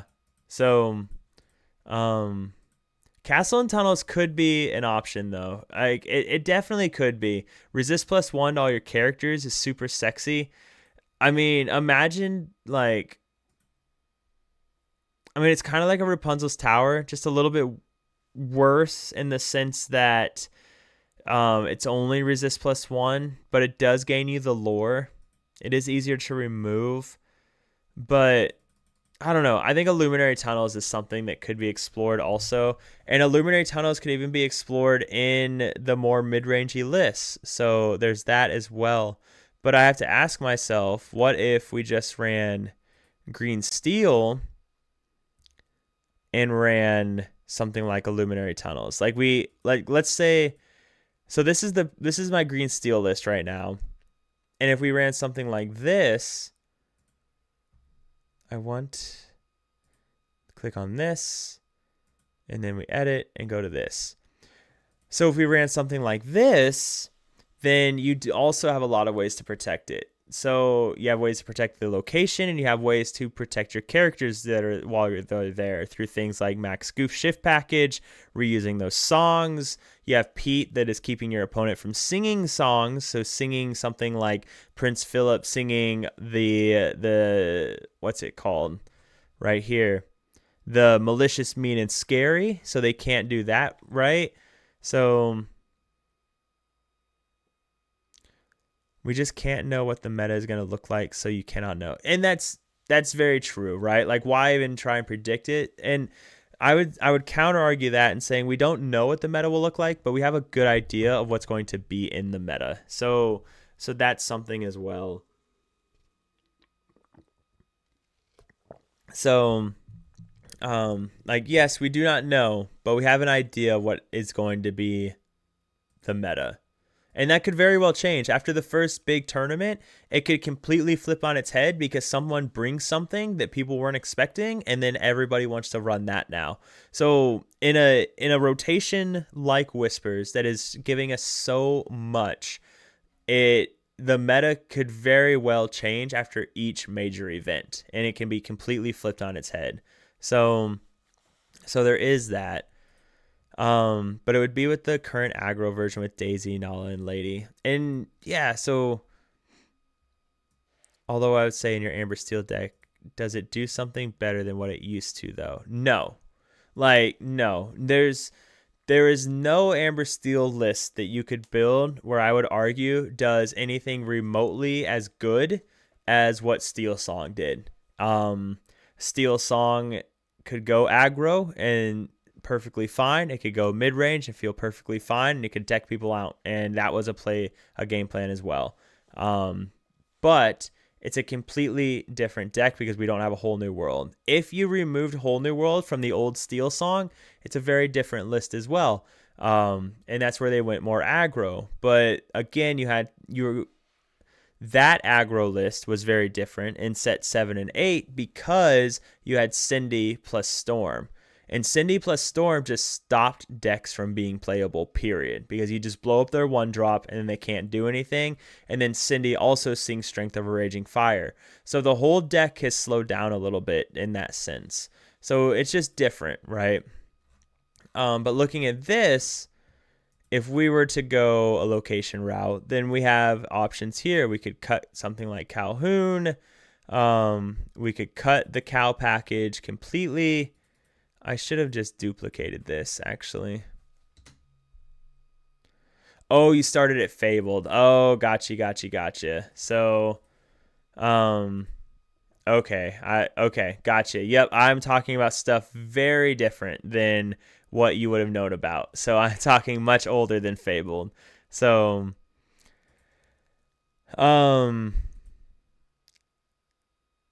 So one of the things then, talking Fabled in particular, is Fabled was able to run Tiana with success. Tiana gets potentially much weaker this set because of Thunderbolt. So it makes Tiana a little bit harder. That being said, the only deck that can negatively affect Tiana early is going to be Amber Steel, because no other deck can sing Thunderbolt as early as Amber Steel. So Tiana is going to protect your board at least for a little bit. So there is that. So there's an argument that Tiana is not a dead card by any stretch of the imagination, because if you go Aurora on turn 1 into Tiana on turn 2, there's nothing they can do to blow up your Tiana unless they're Amber Steel. So there's that. But let's joke around with some location stuff real quick. So we get rid of the Clarabelles because I don't think you run Clarabelles in a location version. I don't even know if you would necessarily need the Prince Phillips. I don't know if you'd run the Prince Phillips.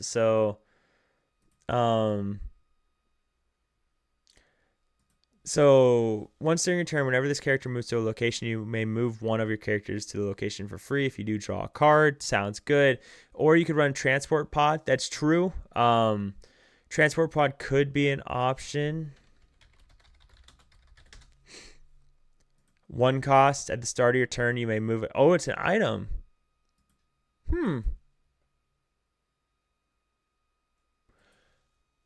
Interesting. I've been cooking a Green Steel Pirates deck using Bad Anonymous and Galactic Council Chamber as my locations. Okay. All right. I couldn't even tell you what Bad Anonymous does. I'd have to read it if someone played it against me. Villain characters gain 3 attack. Play a character with the same name as the character for free while here. Well, that's interesting. Are you trying to spam Donald Ducks? No. Yeah, Donald Ducks, I guess, have the same name. Um,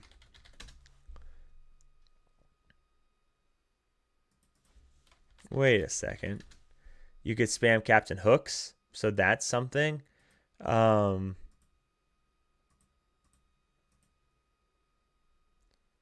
then all of the villain pirates, yeah. So John Silver. So that's what I wanted to look at. Bad Anonymous. Is it any character? Yeah. So you could play Bad Anonymous, and then you could just straight up play the 8 cost inkable John Silver.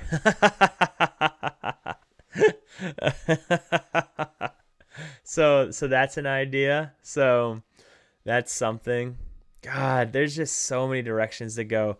And I wonder if I do this kind of stream again, I wonder if the route to go, instead of just, because I keep, what's happening is we keep going down these tunnels, right? These trails, these bunny trails, or whatever you want to call it, whatever the analogy is.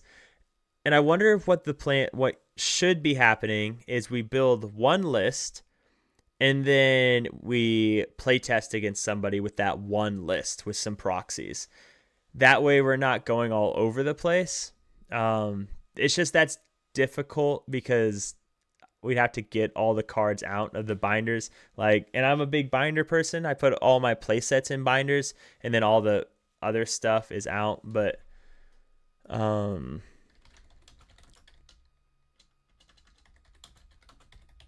walk the plank. Your pirate characters gain banished chosen damage character this turn. Oh god. See, there's just so much silly things that we could possibly do. So I mean, and yeah, like, oh, stop it. We'll just do hook. Okay, we got the shift hook, which is a great card.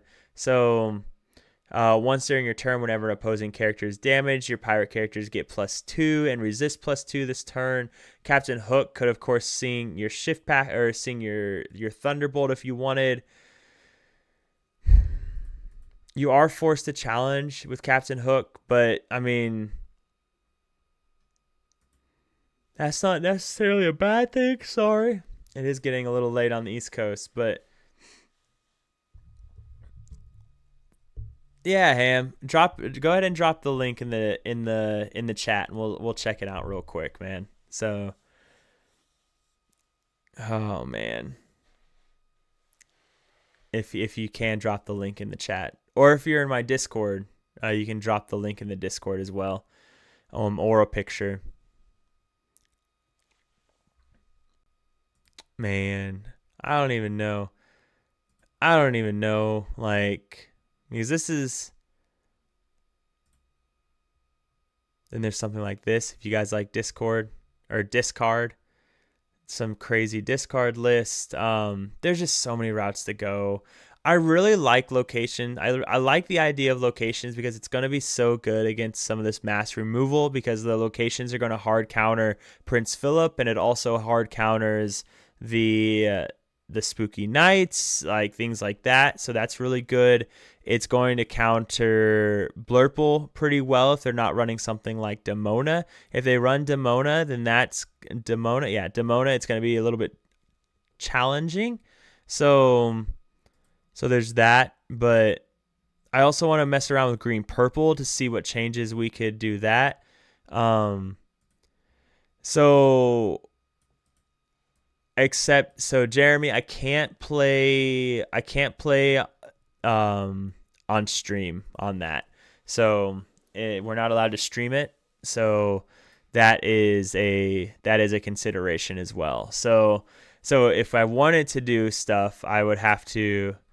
No, hang on. Let me do this. I don't see it. Did you post it in Discord, or did you post the link in the chat? If it's an image, redacted. If it's an image, Ham, I won't be able to see the image. It'd have to be a link to Dreamborn. And you could post the link in the chat and I can see that. Unless you put it in the Discord, then I will see it there. So but I don't think he did.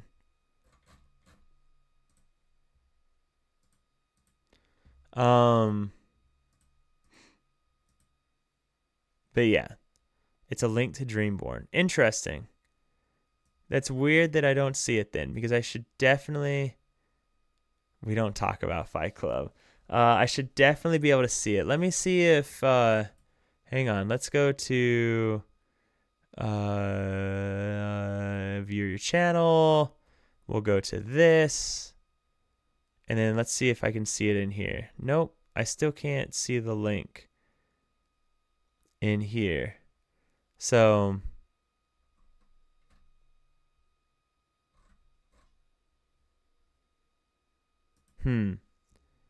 What is the link to Discord? Let me grab that for you.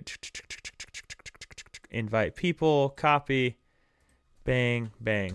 All right. And then yeah, you can just join and then just throw it in whichever one you want to throw it in, one of the deck discussions. So, and we'll take a look-see. So go ahead and wave at you. Oh, that's Zen. Hey, Panda. Welcome, man. So, yeah, it does. Originally, we were allowed to stream it when it was the early version of Lorcan Fight Club because it was whatever, and then it started to get really popular, and he asked that we stop streaming it. So, but I will Fight Club back in the day was rough. Like you couldn't shift characters wasn't a thing. You couldn't sing songs. Like the code was pretty rough. But there was only like 10 of us actually using it, so it wasn't really a big deal. But yeah, now we're not allowed to stream it. So that's why I'll do games in Discord and I'll stream to the Discord, but I won't stream it on like Twitch and YouTube and stuff like that. So. Let me know. Let me know when you throw it in here, Ham. All right. Hey, thanks for joining, guys. Vital and Pelvics. Yep. Dog ain't barking no more. All right. I'm assuming this is you. Yellow, green. What are we looking at here? What are we looking at? Oh, nice. Okay, so Circle of Life. Yeah. So I think if Circle of Life's gonna work, it's going to work in a yellow-green list. I think that's the route to go. Let's see. 1 second. I do love green-purple bounce now. It's so strong that we can bounce boost to our hand and draw. And when they use Hades into the end, yeah, exactly. Yeah, 100%. Green purple Brainiac is definitely something that I'm going to look at when I get more time. And kind of look at the new cards and what we can add to it. So, but looking at this, the first thing I notice when I look at it, Ham, is I think you have to run Stitch, right? The Stitch Surfer, because Stitch Surfer is just such a paramount card to refilling your hand. So Stitch Surfer being a huge card, and then also Tramp. I think you have to run Tramp, and I think you have to run Stitch Surfer. Those are just, the Tramp is massive for getting and that's if you're running Circle of Life. If you run Circle of Life, I think that's just what you do. And you run those cards because it's going to make it that much easier to get the things going. Thank you for all the content you provide for this TCG. I'm glad I finally caught you live. Hey man, I appreciate it. Someone made a Twitter post today about they were asking like, hey, if I wanted to get into content creation, what's your advice? And I told them, if you're going to make content, it has to be something that you enjoy and something you think the community was missing. And that's kind of what I just do. I make content about stuff I enjoy, the GoPro stuff, deck lists, meta breakdowns, because I enjoy it. And yeah, it seems other people do too. So I am thankful for that. I'm thankful that you guys enjoy it as well. So thank you for your support. So But yeah, so Ham, that would be my recommendation, right? So if we duplicate this and we go in here, um, how do we make Circle of Life more possible? I love the Robin Hood inclusion. I think a nice cheeky Robin Hood with the malicious, mean, and scary is going to be something incredibly annoying to deal with. So I'm all for the Robin Hood. I think that's a great addition. And then after that, what do we want to do? So you're on 17 on Inkables. Like I said, I think you always have to run Stitch Surfer, and then I think you always have to run the Tramp. Um, like I really think those are requirements if you're gonna make yellow green Circle of Life work. Um, so you throw those in there, and that puts us at 64. So the big thing with Tramp is you need a lot of one drops, which we do have here, but we are missing a little bit more stuff, right? So we have the Ellen Wee and we have the Rapunzel. I think that's great, but we only have the two support characters. So you lose a lot of the capability. If anything, what's going to happen is if you play the Rapunzel, Rapunzel is going to be able to give support to one thing, and then they're going to clear the Rapunzel because she's so easy to clear and that you can't punish them for it. So at that point, why run her? One of the advantages of running her in an Amber Steel heavy support list is that they can all support each other. And the next thing you know, you have a big field that can't be challenged easily because they're all supported by support. So that's something. Ultimately, what you would do in those lists is that once your opponent has multiple things on the board, you just never turn Rapunzel sideways and you use the other support characters to support each other, and Rapunzel's always there keeping that effect going. So Stitch, yellow green, gonna be a sick discard deck, I think. I hope your night is awesome, man. Gotta sleep. Glad I checked. Hey, I appreciate it, man. Thank you so much for stopping by. Yeah, definitely need to go to sleep soon as well. But I'm gonna look at Ham's list here and then probably call it a night after that. So I feel like there's a lot of exert your stuff coming in set 10. I at this point, there's no rhyme or reason behind anything that Ravensburger puts out for the upcoming sets. So who God only knows what they're going to have in the upcoming sets, man. So yeah, blue yellow. I'm a huge fan of blue yellow. I know there's some people that don't think it has anything because it is still missing some card draw, which is really important, but I think there could be something there. It just has to be investigated. So but yeah, so for your list, man, to get back at it, I think we can cut the Rapunzels and the Ellen Wees, and I think that we run the Tramps because the Tramps are just so good. And so if we run the Tramps, that still puts us at 16 one-drops. No, we're not running a bunch of ladies. So that would put us at 16 one-drops. What do we have for one-drops right now? Set No, we'll just do legality. Core constructed. Bang. Yellow green. Okay. So Curse Merfolk could be an option. Make them discard something. You could run Finnick, so you could bounce something back to their hand later on if you wanted to. Aurora's not really doing it. Bobby, we got Bobby already. That's going to be a really good one.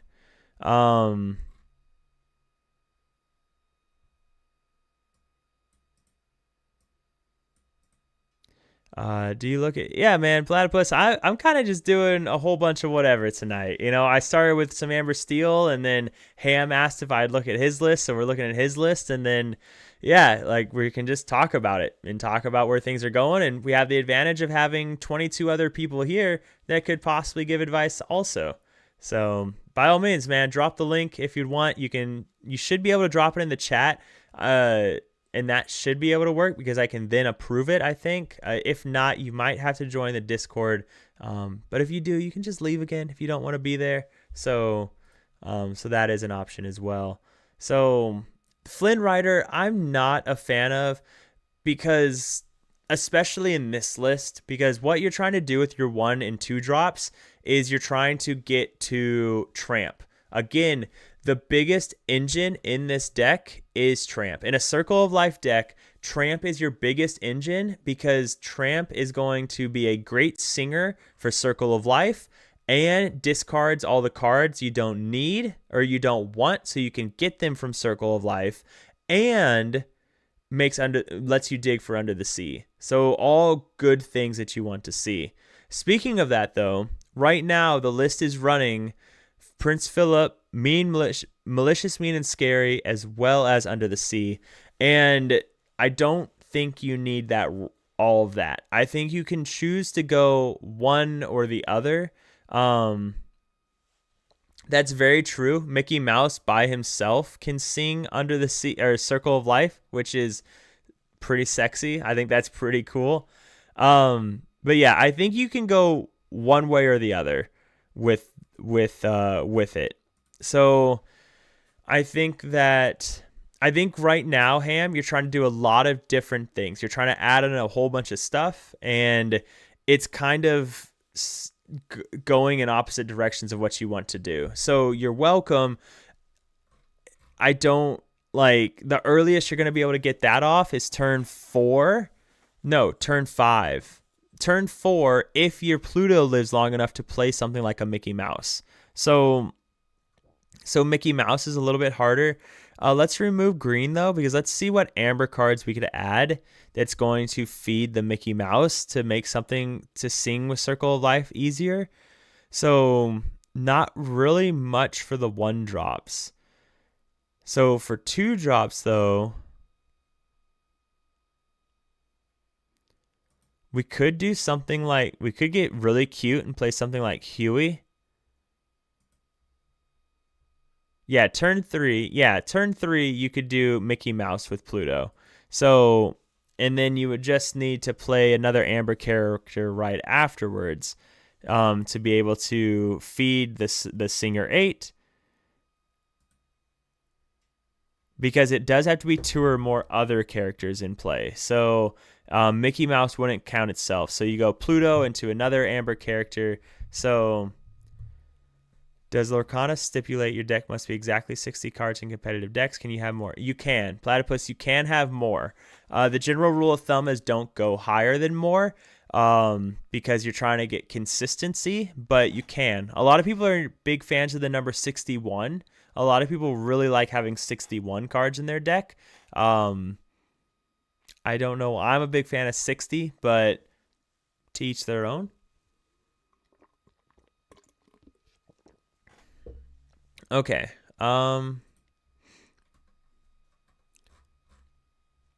So yeah, I think Ham, without trying to, take apart your whole list, right? Because that's definitely not what I'm trying to do. The question becomes,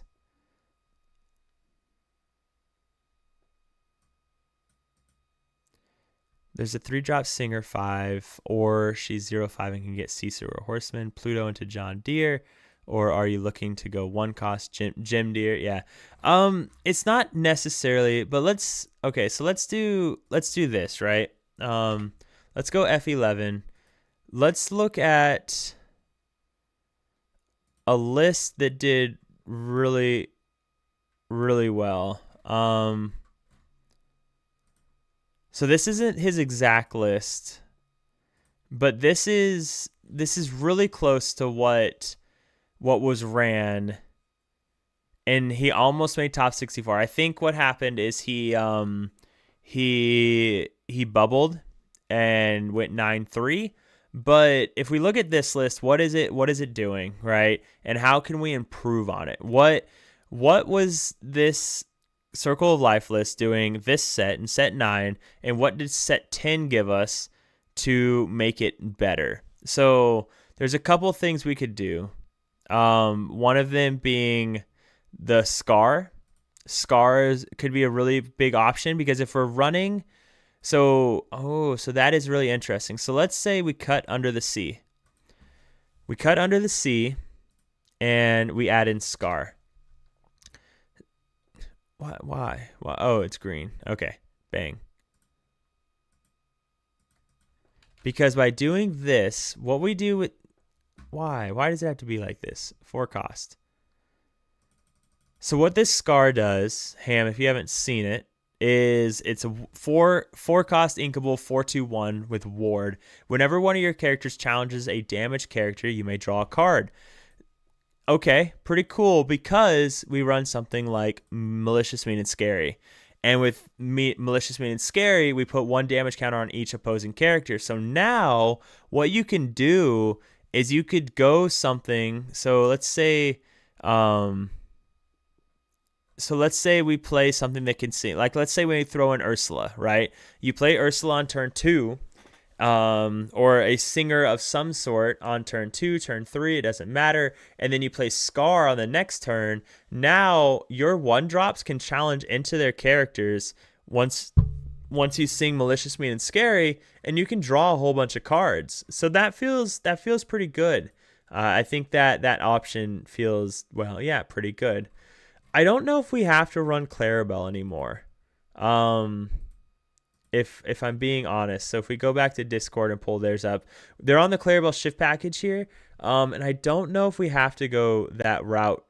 So, and the reason I say that is that we can do something. I just don't know how, but then again, if we play Blurple, the shift cow is going to get us a lot, right? The shift cow is going to do a lot for us, but I think that we can take something from his book, right? We can do something like this. We can do something like this. Throw this in here. That takes us to 61.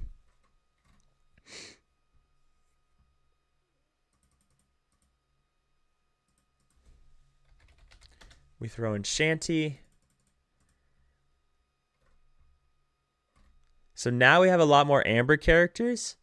So we're able to support the Mickey Mouse. You can go Pluto into Ursula into Mickey Mouse. Mickey Mouse gets the Singer 8. Maybe your Pluto is still alive. Probably not, but could be. You still have some 1-drops with your shift lady, which feels pretty good. We get to keep the 1 spicy Robin Hood, which feels fine as well. I'm just checking to see if you okay.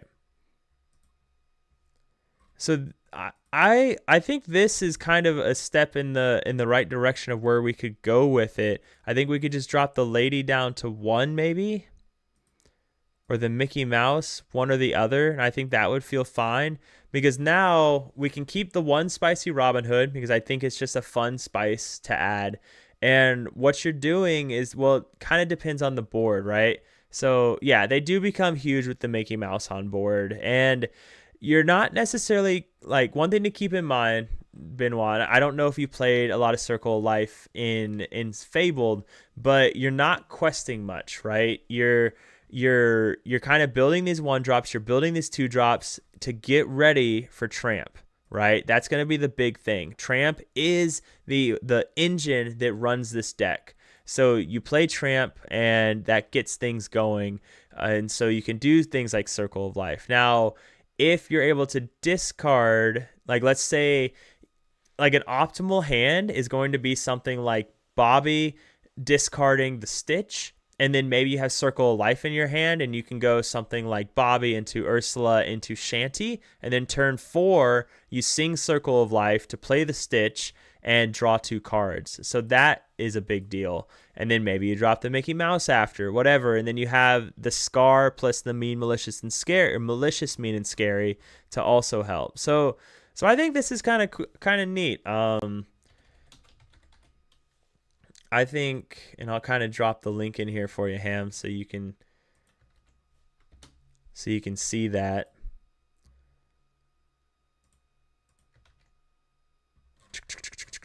Bang. Okay.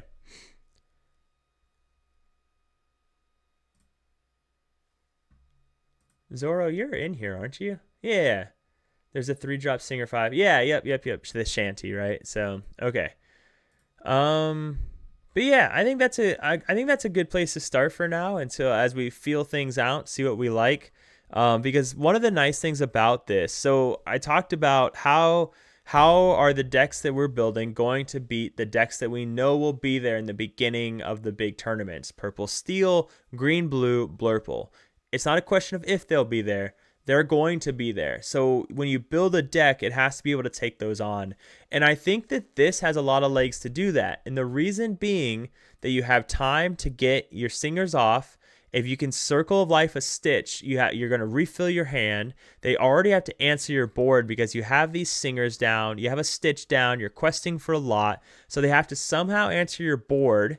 And then meanwhile, you're able to do these other things like play the lady to get the 1-drops back, play the tramp to do more digging. You have your own Malicious, Mean, and Scary for Prince Philip. So that feels really good. So once Prince Philip's in your discard, they constantly have to be worried that Prince Philip may be coming back. So you could even do something like this where you throw one of Giselle in, and that becomes an issue that they have to worry about being something that you could play as well. So there's a lot of different options. We'll just leave it at 61 for now. So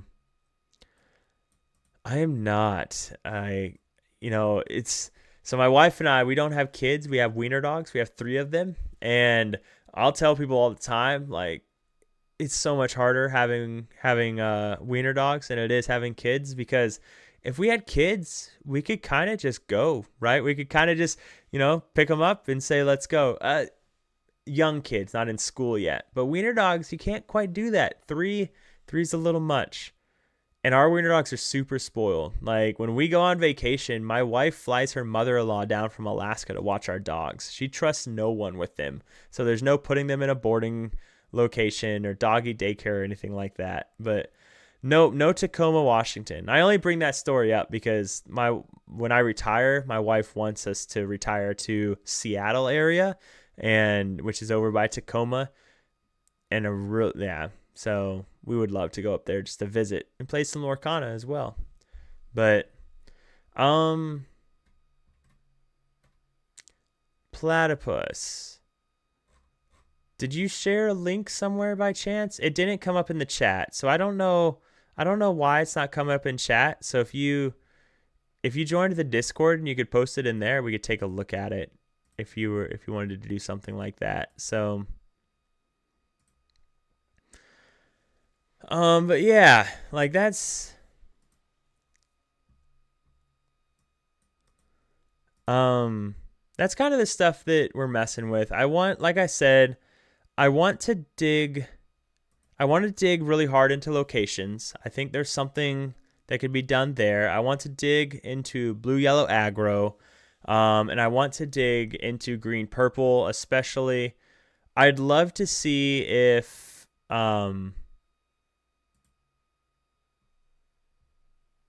you can't open the link even in the Discord. I think I even made it public, so that should have been fine.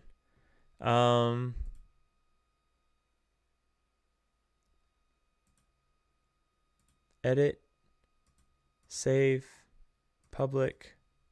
Let's do this. Share. Here, this may have been the problem. I may have done it wrong. So we'll do that and do this. Maybe that is, yeah, I think I shared the wrong thing. So we'll delete that one. There you go. Try that one.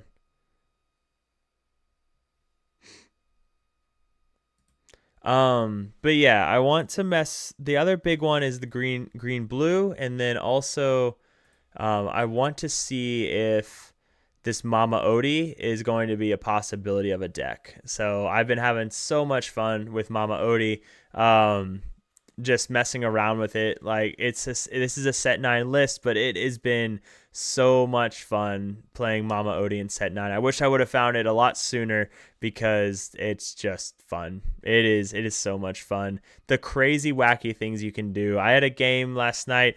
I got to 35 lore or 35 ink. Like, I had 35 ink and 5 cards in my deck. and I quested out and I quested to like 34 in one turn. It was silly. Like it gets so silly. And the thing is, it's even though it can get a little crazy, the deck is just really good. So I want to mess around with Mama Odie. Um, one of the problems with Mama Odie, if you guys didn't know, I try and stay on top of it when I find a deck that I'm really enjoying testing. I'll go in here on my Dreamborns, and you'll know it's mine because it says notes in the description, and I type up the notes of my testing. So it's like chicken scratch. So it's nothing super in depth, but it just explains why I liked something, why I didn't like something, what else I want to test, things like that. So yeah, just a kind of thing in there. So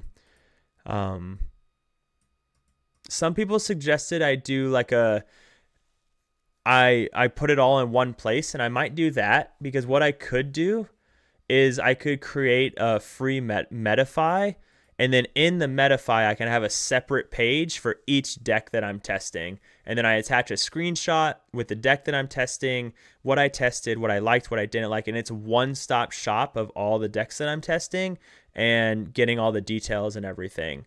So that might be something I try this set as well, because there's going to be so many different things I'll be messing with this set. So I might do that. But yeah, so the Mama Odie list has been a lot of fun. So I want to mess with that. Aggro, Amber Steel, of course, Green Steel, and then Green Purple, I think could be a lot of fun to mess with. So much to mess with. But luckily, we don't have a big tournament until the 8th. So there's still a little bit of time.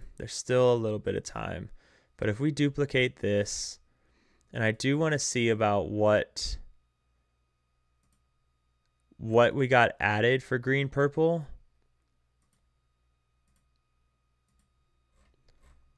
So if you join, man, you can scroll down here to deck discussions and then just throw it in whatever one, whatever color combo, and then just tell me which one you threw it in.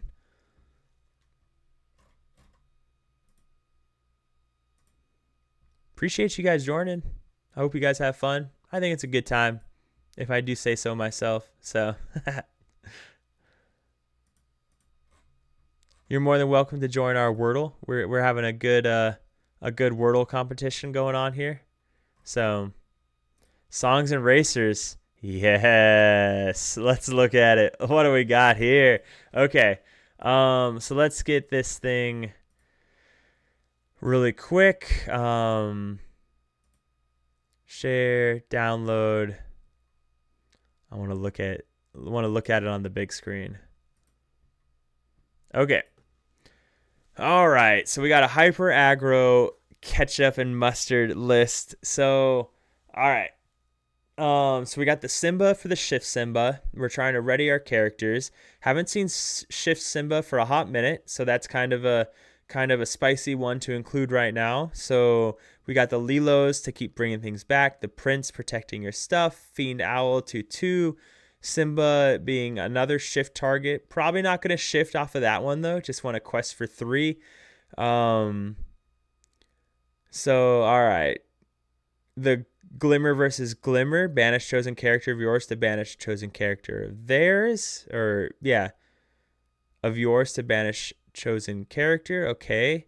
So one of the issues with that is, what are we trying to banish, right? I know you're only going to use that in case of emergency kind of situation, but there's nothing really on your list that I think you'd ever want to banish.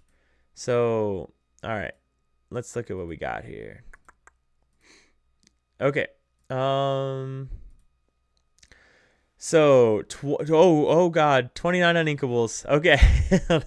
Oh my crap. That is a lot of uninkables, brother. Like that. I like to play on the wild side with uninkables, but that's a little too wild for me, I got to admit. Now with that being said, a lot of your uninkables are very cheap, but you're making it real easy to brick with something like that. Return character card from your discard to your hand, then remove up to 2 damage from chosen character. So that can be nice. One of the things you're missing is draw. So that's kind of pseudo draw, which is good. Oh, okay. So Glimmer versus Glimmer works with the Lilo. So that is something. So, okay, I do see that. The first thing that comes to mind is going to be this racer. So if we go, is it an amber racer? Am I crazy? Racer. What in the world's happened? Oh, because it's not set. Okay, hang on. Legality, core constructed. Okay, I knew I wasn't crazy. Where's the one I'm looking for? It gives you 1 lore when you play it. So you could add in this: when you play this character, each opponent loses 1 lore and gains 1 lore. That's going to be a big deal, right? That 1 lore is going to be pretty important to you because you're going so fast that they're going to clear your stuff rather easily. Like, it's going to quest 1 time and then you're going to lose it. Yeah, Gloyd Orange Boar. So, what are we doing here? Your characters get +2 this turn. Whenever one of your characters with Reckless challenges another character this turn, gain 2 lore. Do you have any Reckless characters, though?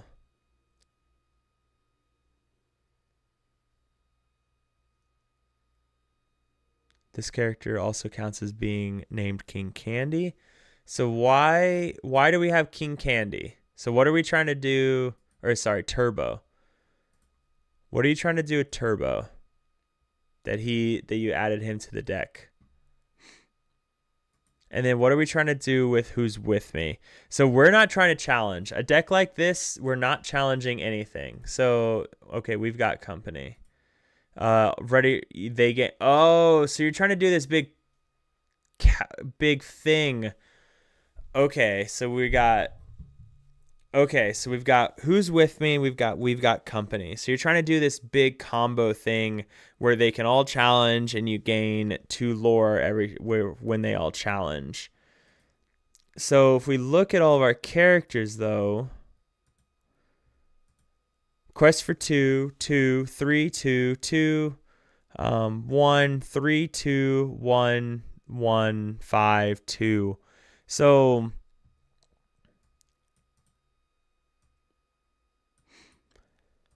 yeah, so at that rate, Glimmer. So I think what that list is trying to do is something a little bit slower than what his list is trying to do.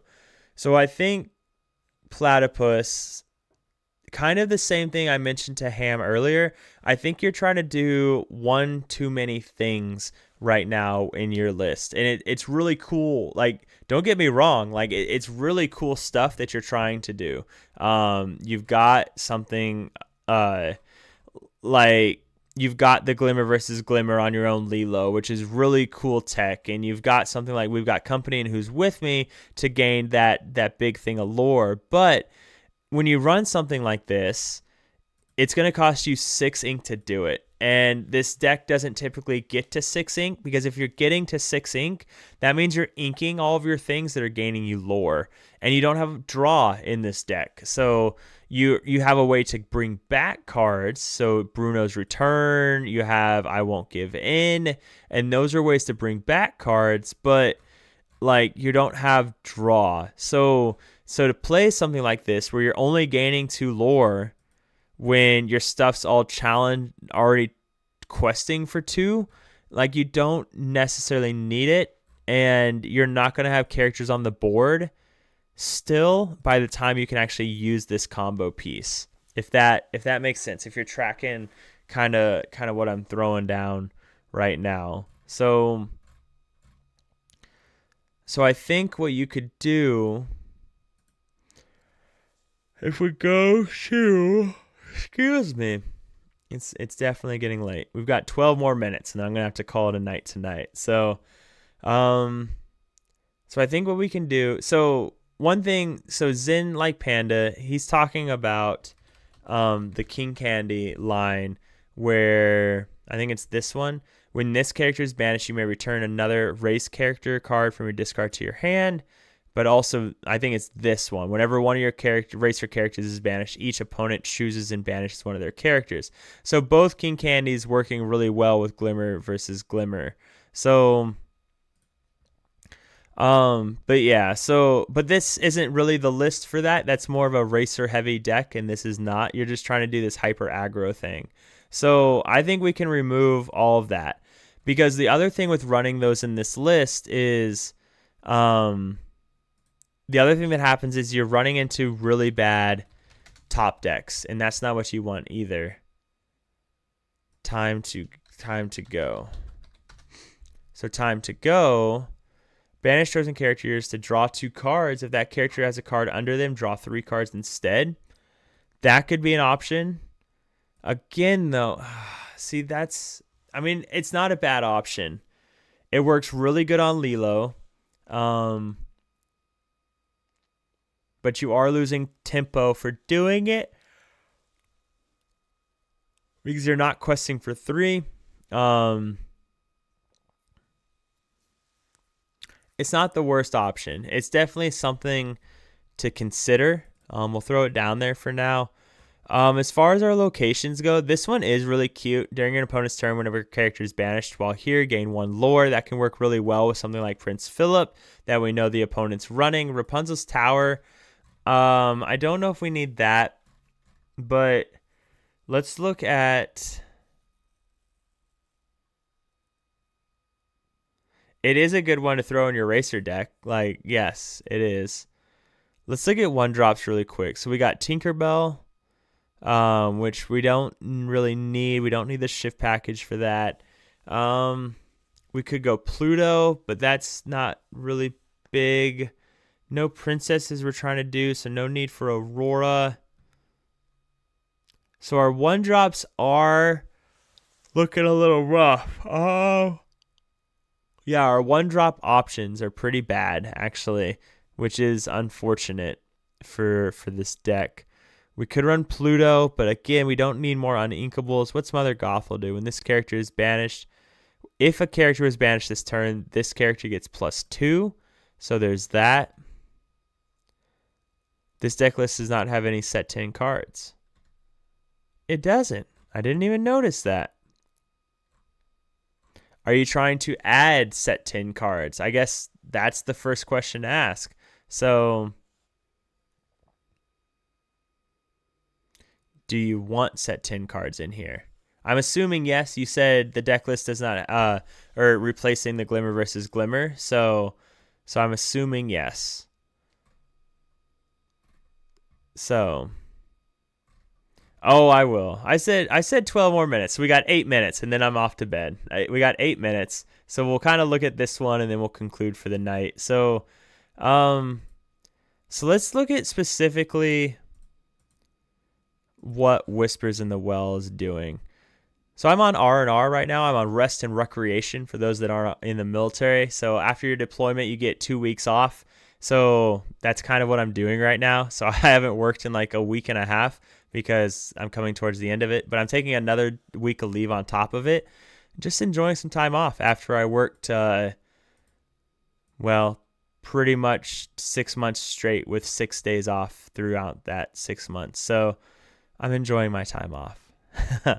Yes, this is the deck I have now, but I'll be adding set 10. Okay, so we do have the new Sebastian, so you could add even another three character. We can remove the King Candy.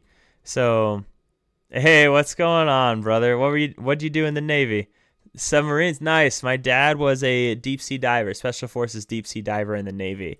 So I spent all of my childhood on Navy bases. So, yes. So I know quite a bit about subs as well. We were stationed at Port Orchard for a while, Panama City Beach. They have a big dive school there, as well as NEDU, Naval Experimental Diving Units there. So we spent a lot of time there, a lot of time up on the Northeast, kind of all over the place. So definitely know the Navy very well. But okay, other stuff that we're trying to do with this. Let's look at our 2-cost characters. What is this guy doing? Once during your turn, whenever you put a card under one of your characters. No, we don't need that because we don't have any boost stuff. This is actually Diablo, could be a pretty good one. Our uninkable count, though, is still really high, so we need to look at that. How do we reduce that?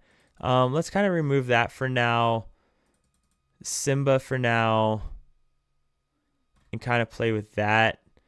I also don't know if we're ever going to get Maribel off. Like, so Platypus, have you ever once been able to actually play Maribel Madrigal? Like, were you at a point where you had 5 or more characters in play?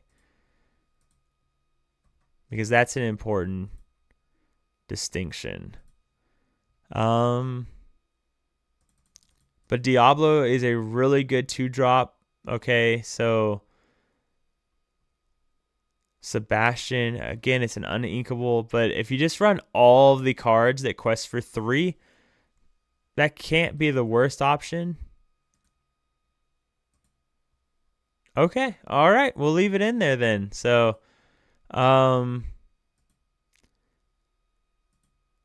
yeah, I bet you would ink her a lot, but when you do get her off, like, you're the smartest person in the world for running her. So we need a 1-drop, and where did that Simba go that I just removed? So core constructed. Am I crazy? It's not here, right? Was it not a 1-cost? It was a 2-cost, wasn't it? So we definitely need some 1-cost characters. Just something to get some early lore. Mulan's not the worst option because Mulan threatens the big Mulan. I wish we had some princesses maybe to make Aurora worth it. We could, though. So we could run Aurora. And then what we can do is if we look at 3-cost characters, and then we do princess, and we do queen, what are our options turn into? Tiana is an option. The queen is an option. Mulan is an option that quests for 2. So there's something there. Because one thing that's really important, when you're running a crazy hyper aggro deck, you have to have 1-drops. Like, you have to be able to play a 1-drop on your turn 1 because that lore is going to be so incredibly important. So Aurora, the problem with her is that she's not working with any character that's currently in the deck. So that's pretty rough. So we go this route and we can kind of look to see what might be available. I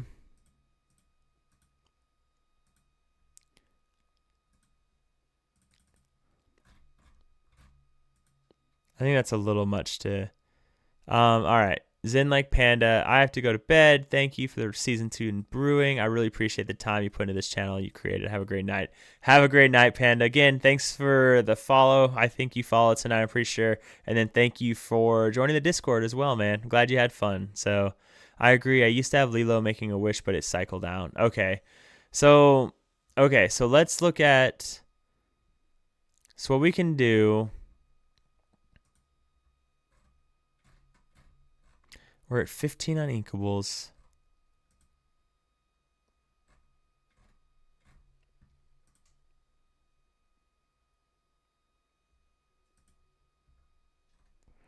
What if we did...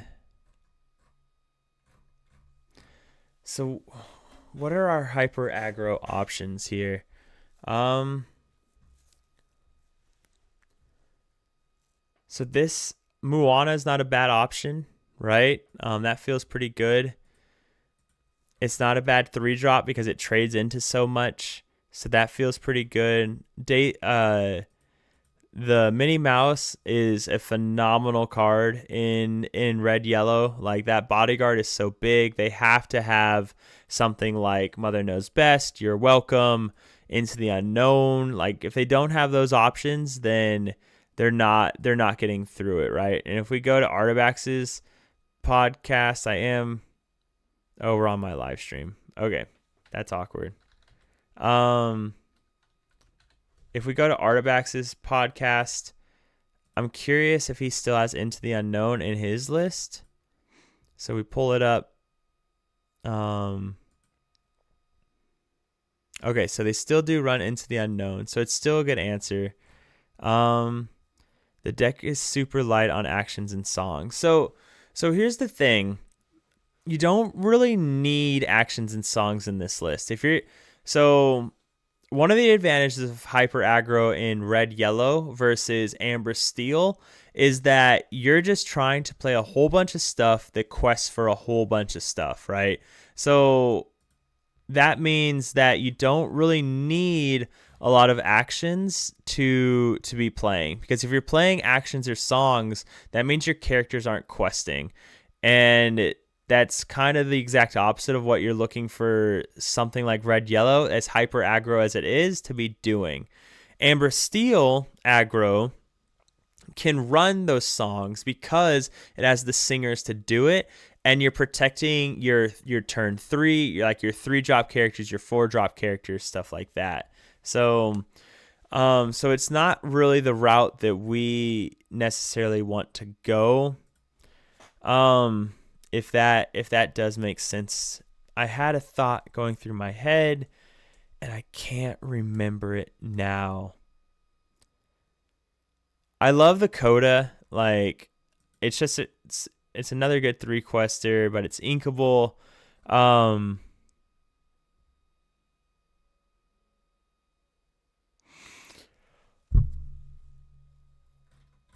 What if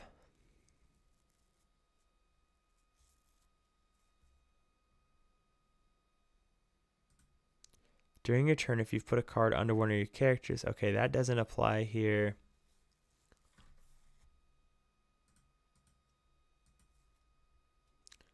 We can run Raja, decent bodyguard on 3, because what you do is you run Raja, so you play a Daisy Duck into a Simba into a Raja, and that's a really great early lore turns.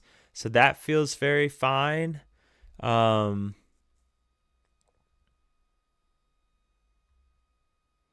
What else are we trying to do?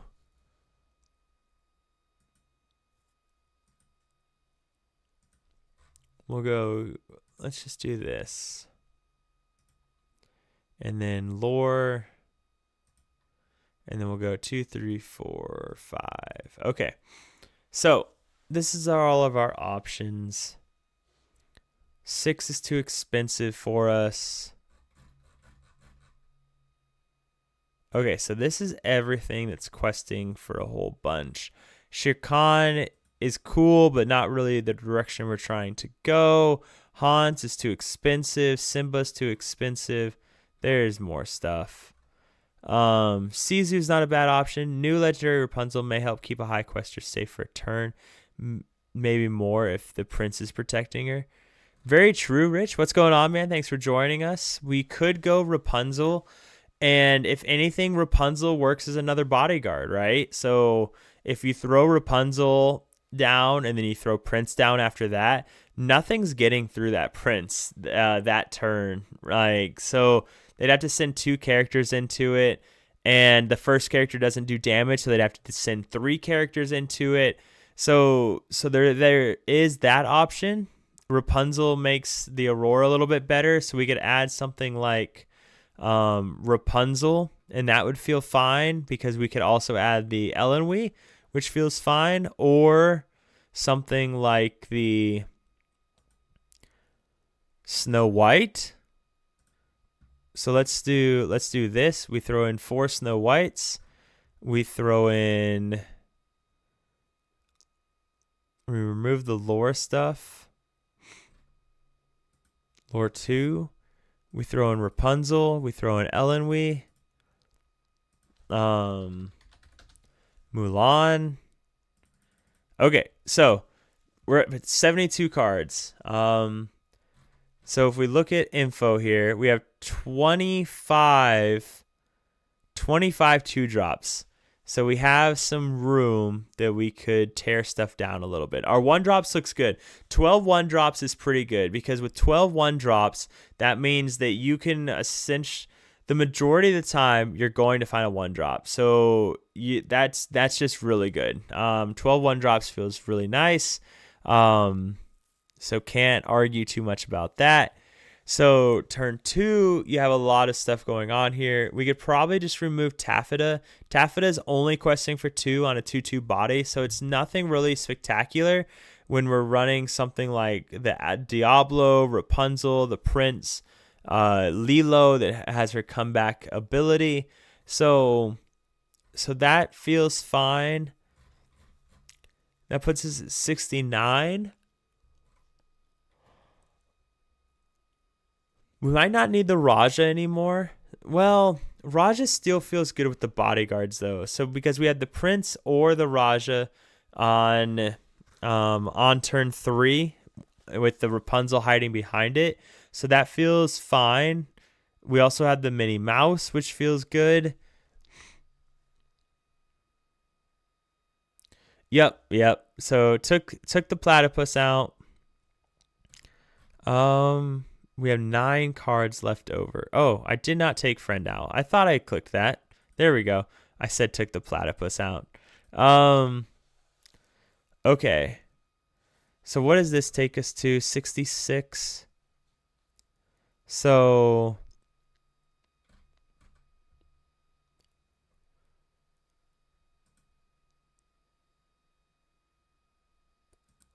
that's a lot of 3 drops.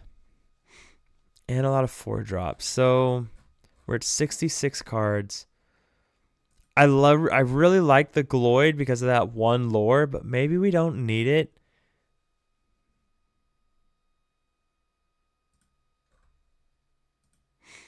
I mean, maybe we don't want Time to Go either because Time to Go, we're losing so much tempo when we use Time to Go.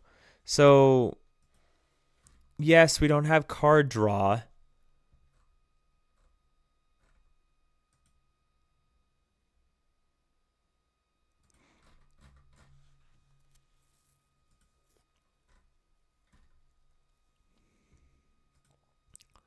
We're down to 19 2 drops. Definitely too high on the 3 drops. Just get rid of Mirabelle, I guess. So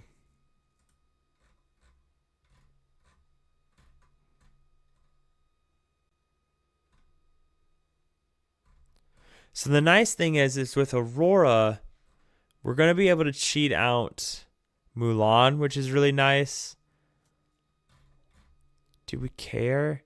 I mean, it's a support character, and that's what we care about. So, because if we have Rapunzel, that support's going to feel nice.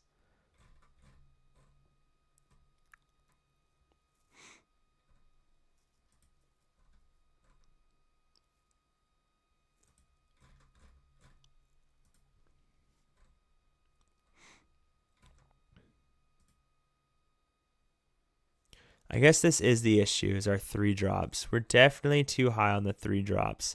So part of me wants to just remove Coda, but he's questing for 3, so we don't really want to do that.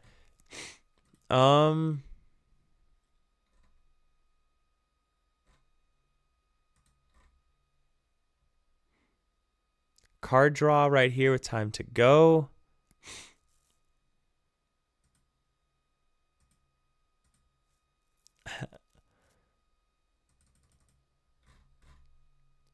Oh, it does take us. We were only 4 over, yeah. So this could work, right? Because during an opponent's turn, when a character is banished while here, gain 1 lore. So that can be a nice way to gain some incremental lore. You just move 1 bodyguard there. So yeah, I think this is a start. And then can kind of test it out and see how it works for you. And then yeah, now that you're in the Discord, man, you can go, oh, and it's a two-liner, which is always good in my opinion. So what you can do now is you can test it, man, and see how it goes, and then we can just kind of talk about it in the in the chat, you know. So I'll be posting a racer list in here as well. Very different kind of aggro, but aggro all the same. So, but all right, this is where I'm gonna call it tonight. Hey, my pleasure, man. Thanks for sharing the list. I do appreciate that.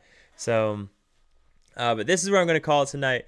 Definitely, definitely three. We went 3 hours, ladies and gentlemen. Not what I was planning, but we were having a good time. We were definitely having a good time. I originally told myself we'd do like an hour tonight, but hey, why not go all the way? So it was fun. For those of you still here that joining us, maybe just joined us or been here all night, appreciate you being here. I remember I do the big plan over the course of the next couple of days, the next week, is that I want to um I want to be building these lists, but I also want to um be testing with people. So if you guys want to get the proxies built, then we can.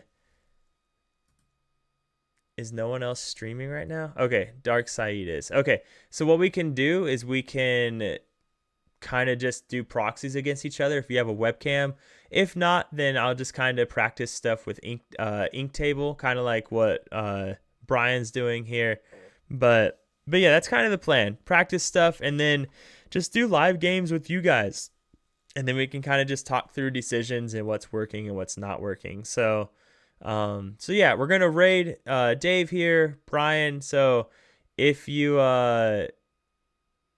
guys don't mind, just go join him. All right, he can be a little eccentric, but he's a good guy. He's a good guy for sure. So let's jump in here and raid and yeah, show him some love. He's also rocking some Amber Steel. So I appreciate you guys being here though. Don't forget, drop a follow. Join the Discord, follow me on YouTube, subscribe on YouTube, all that fun stuff, right? So, but yeah, appreciate it, everyone, and have a good night. All right, have a good night. Stay happy and healthy.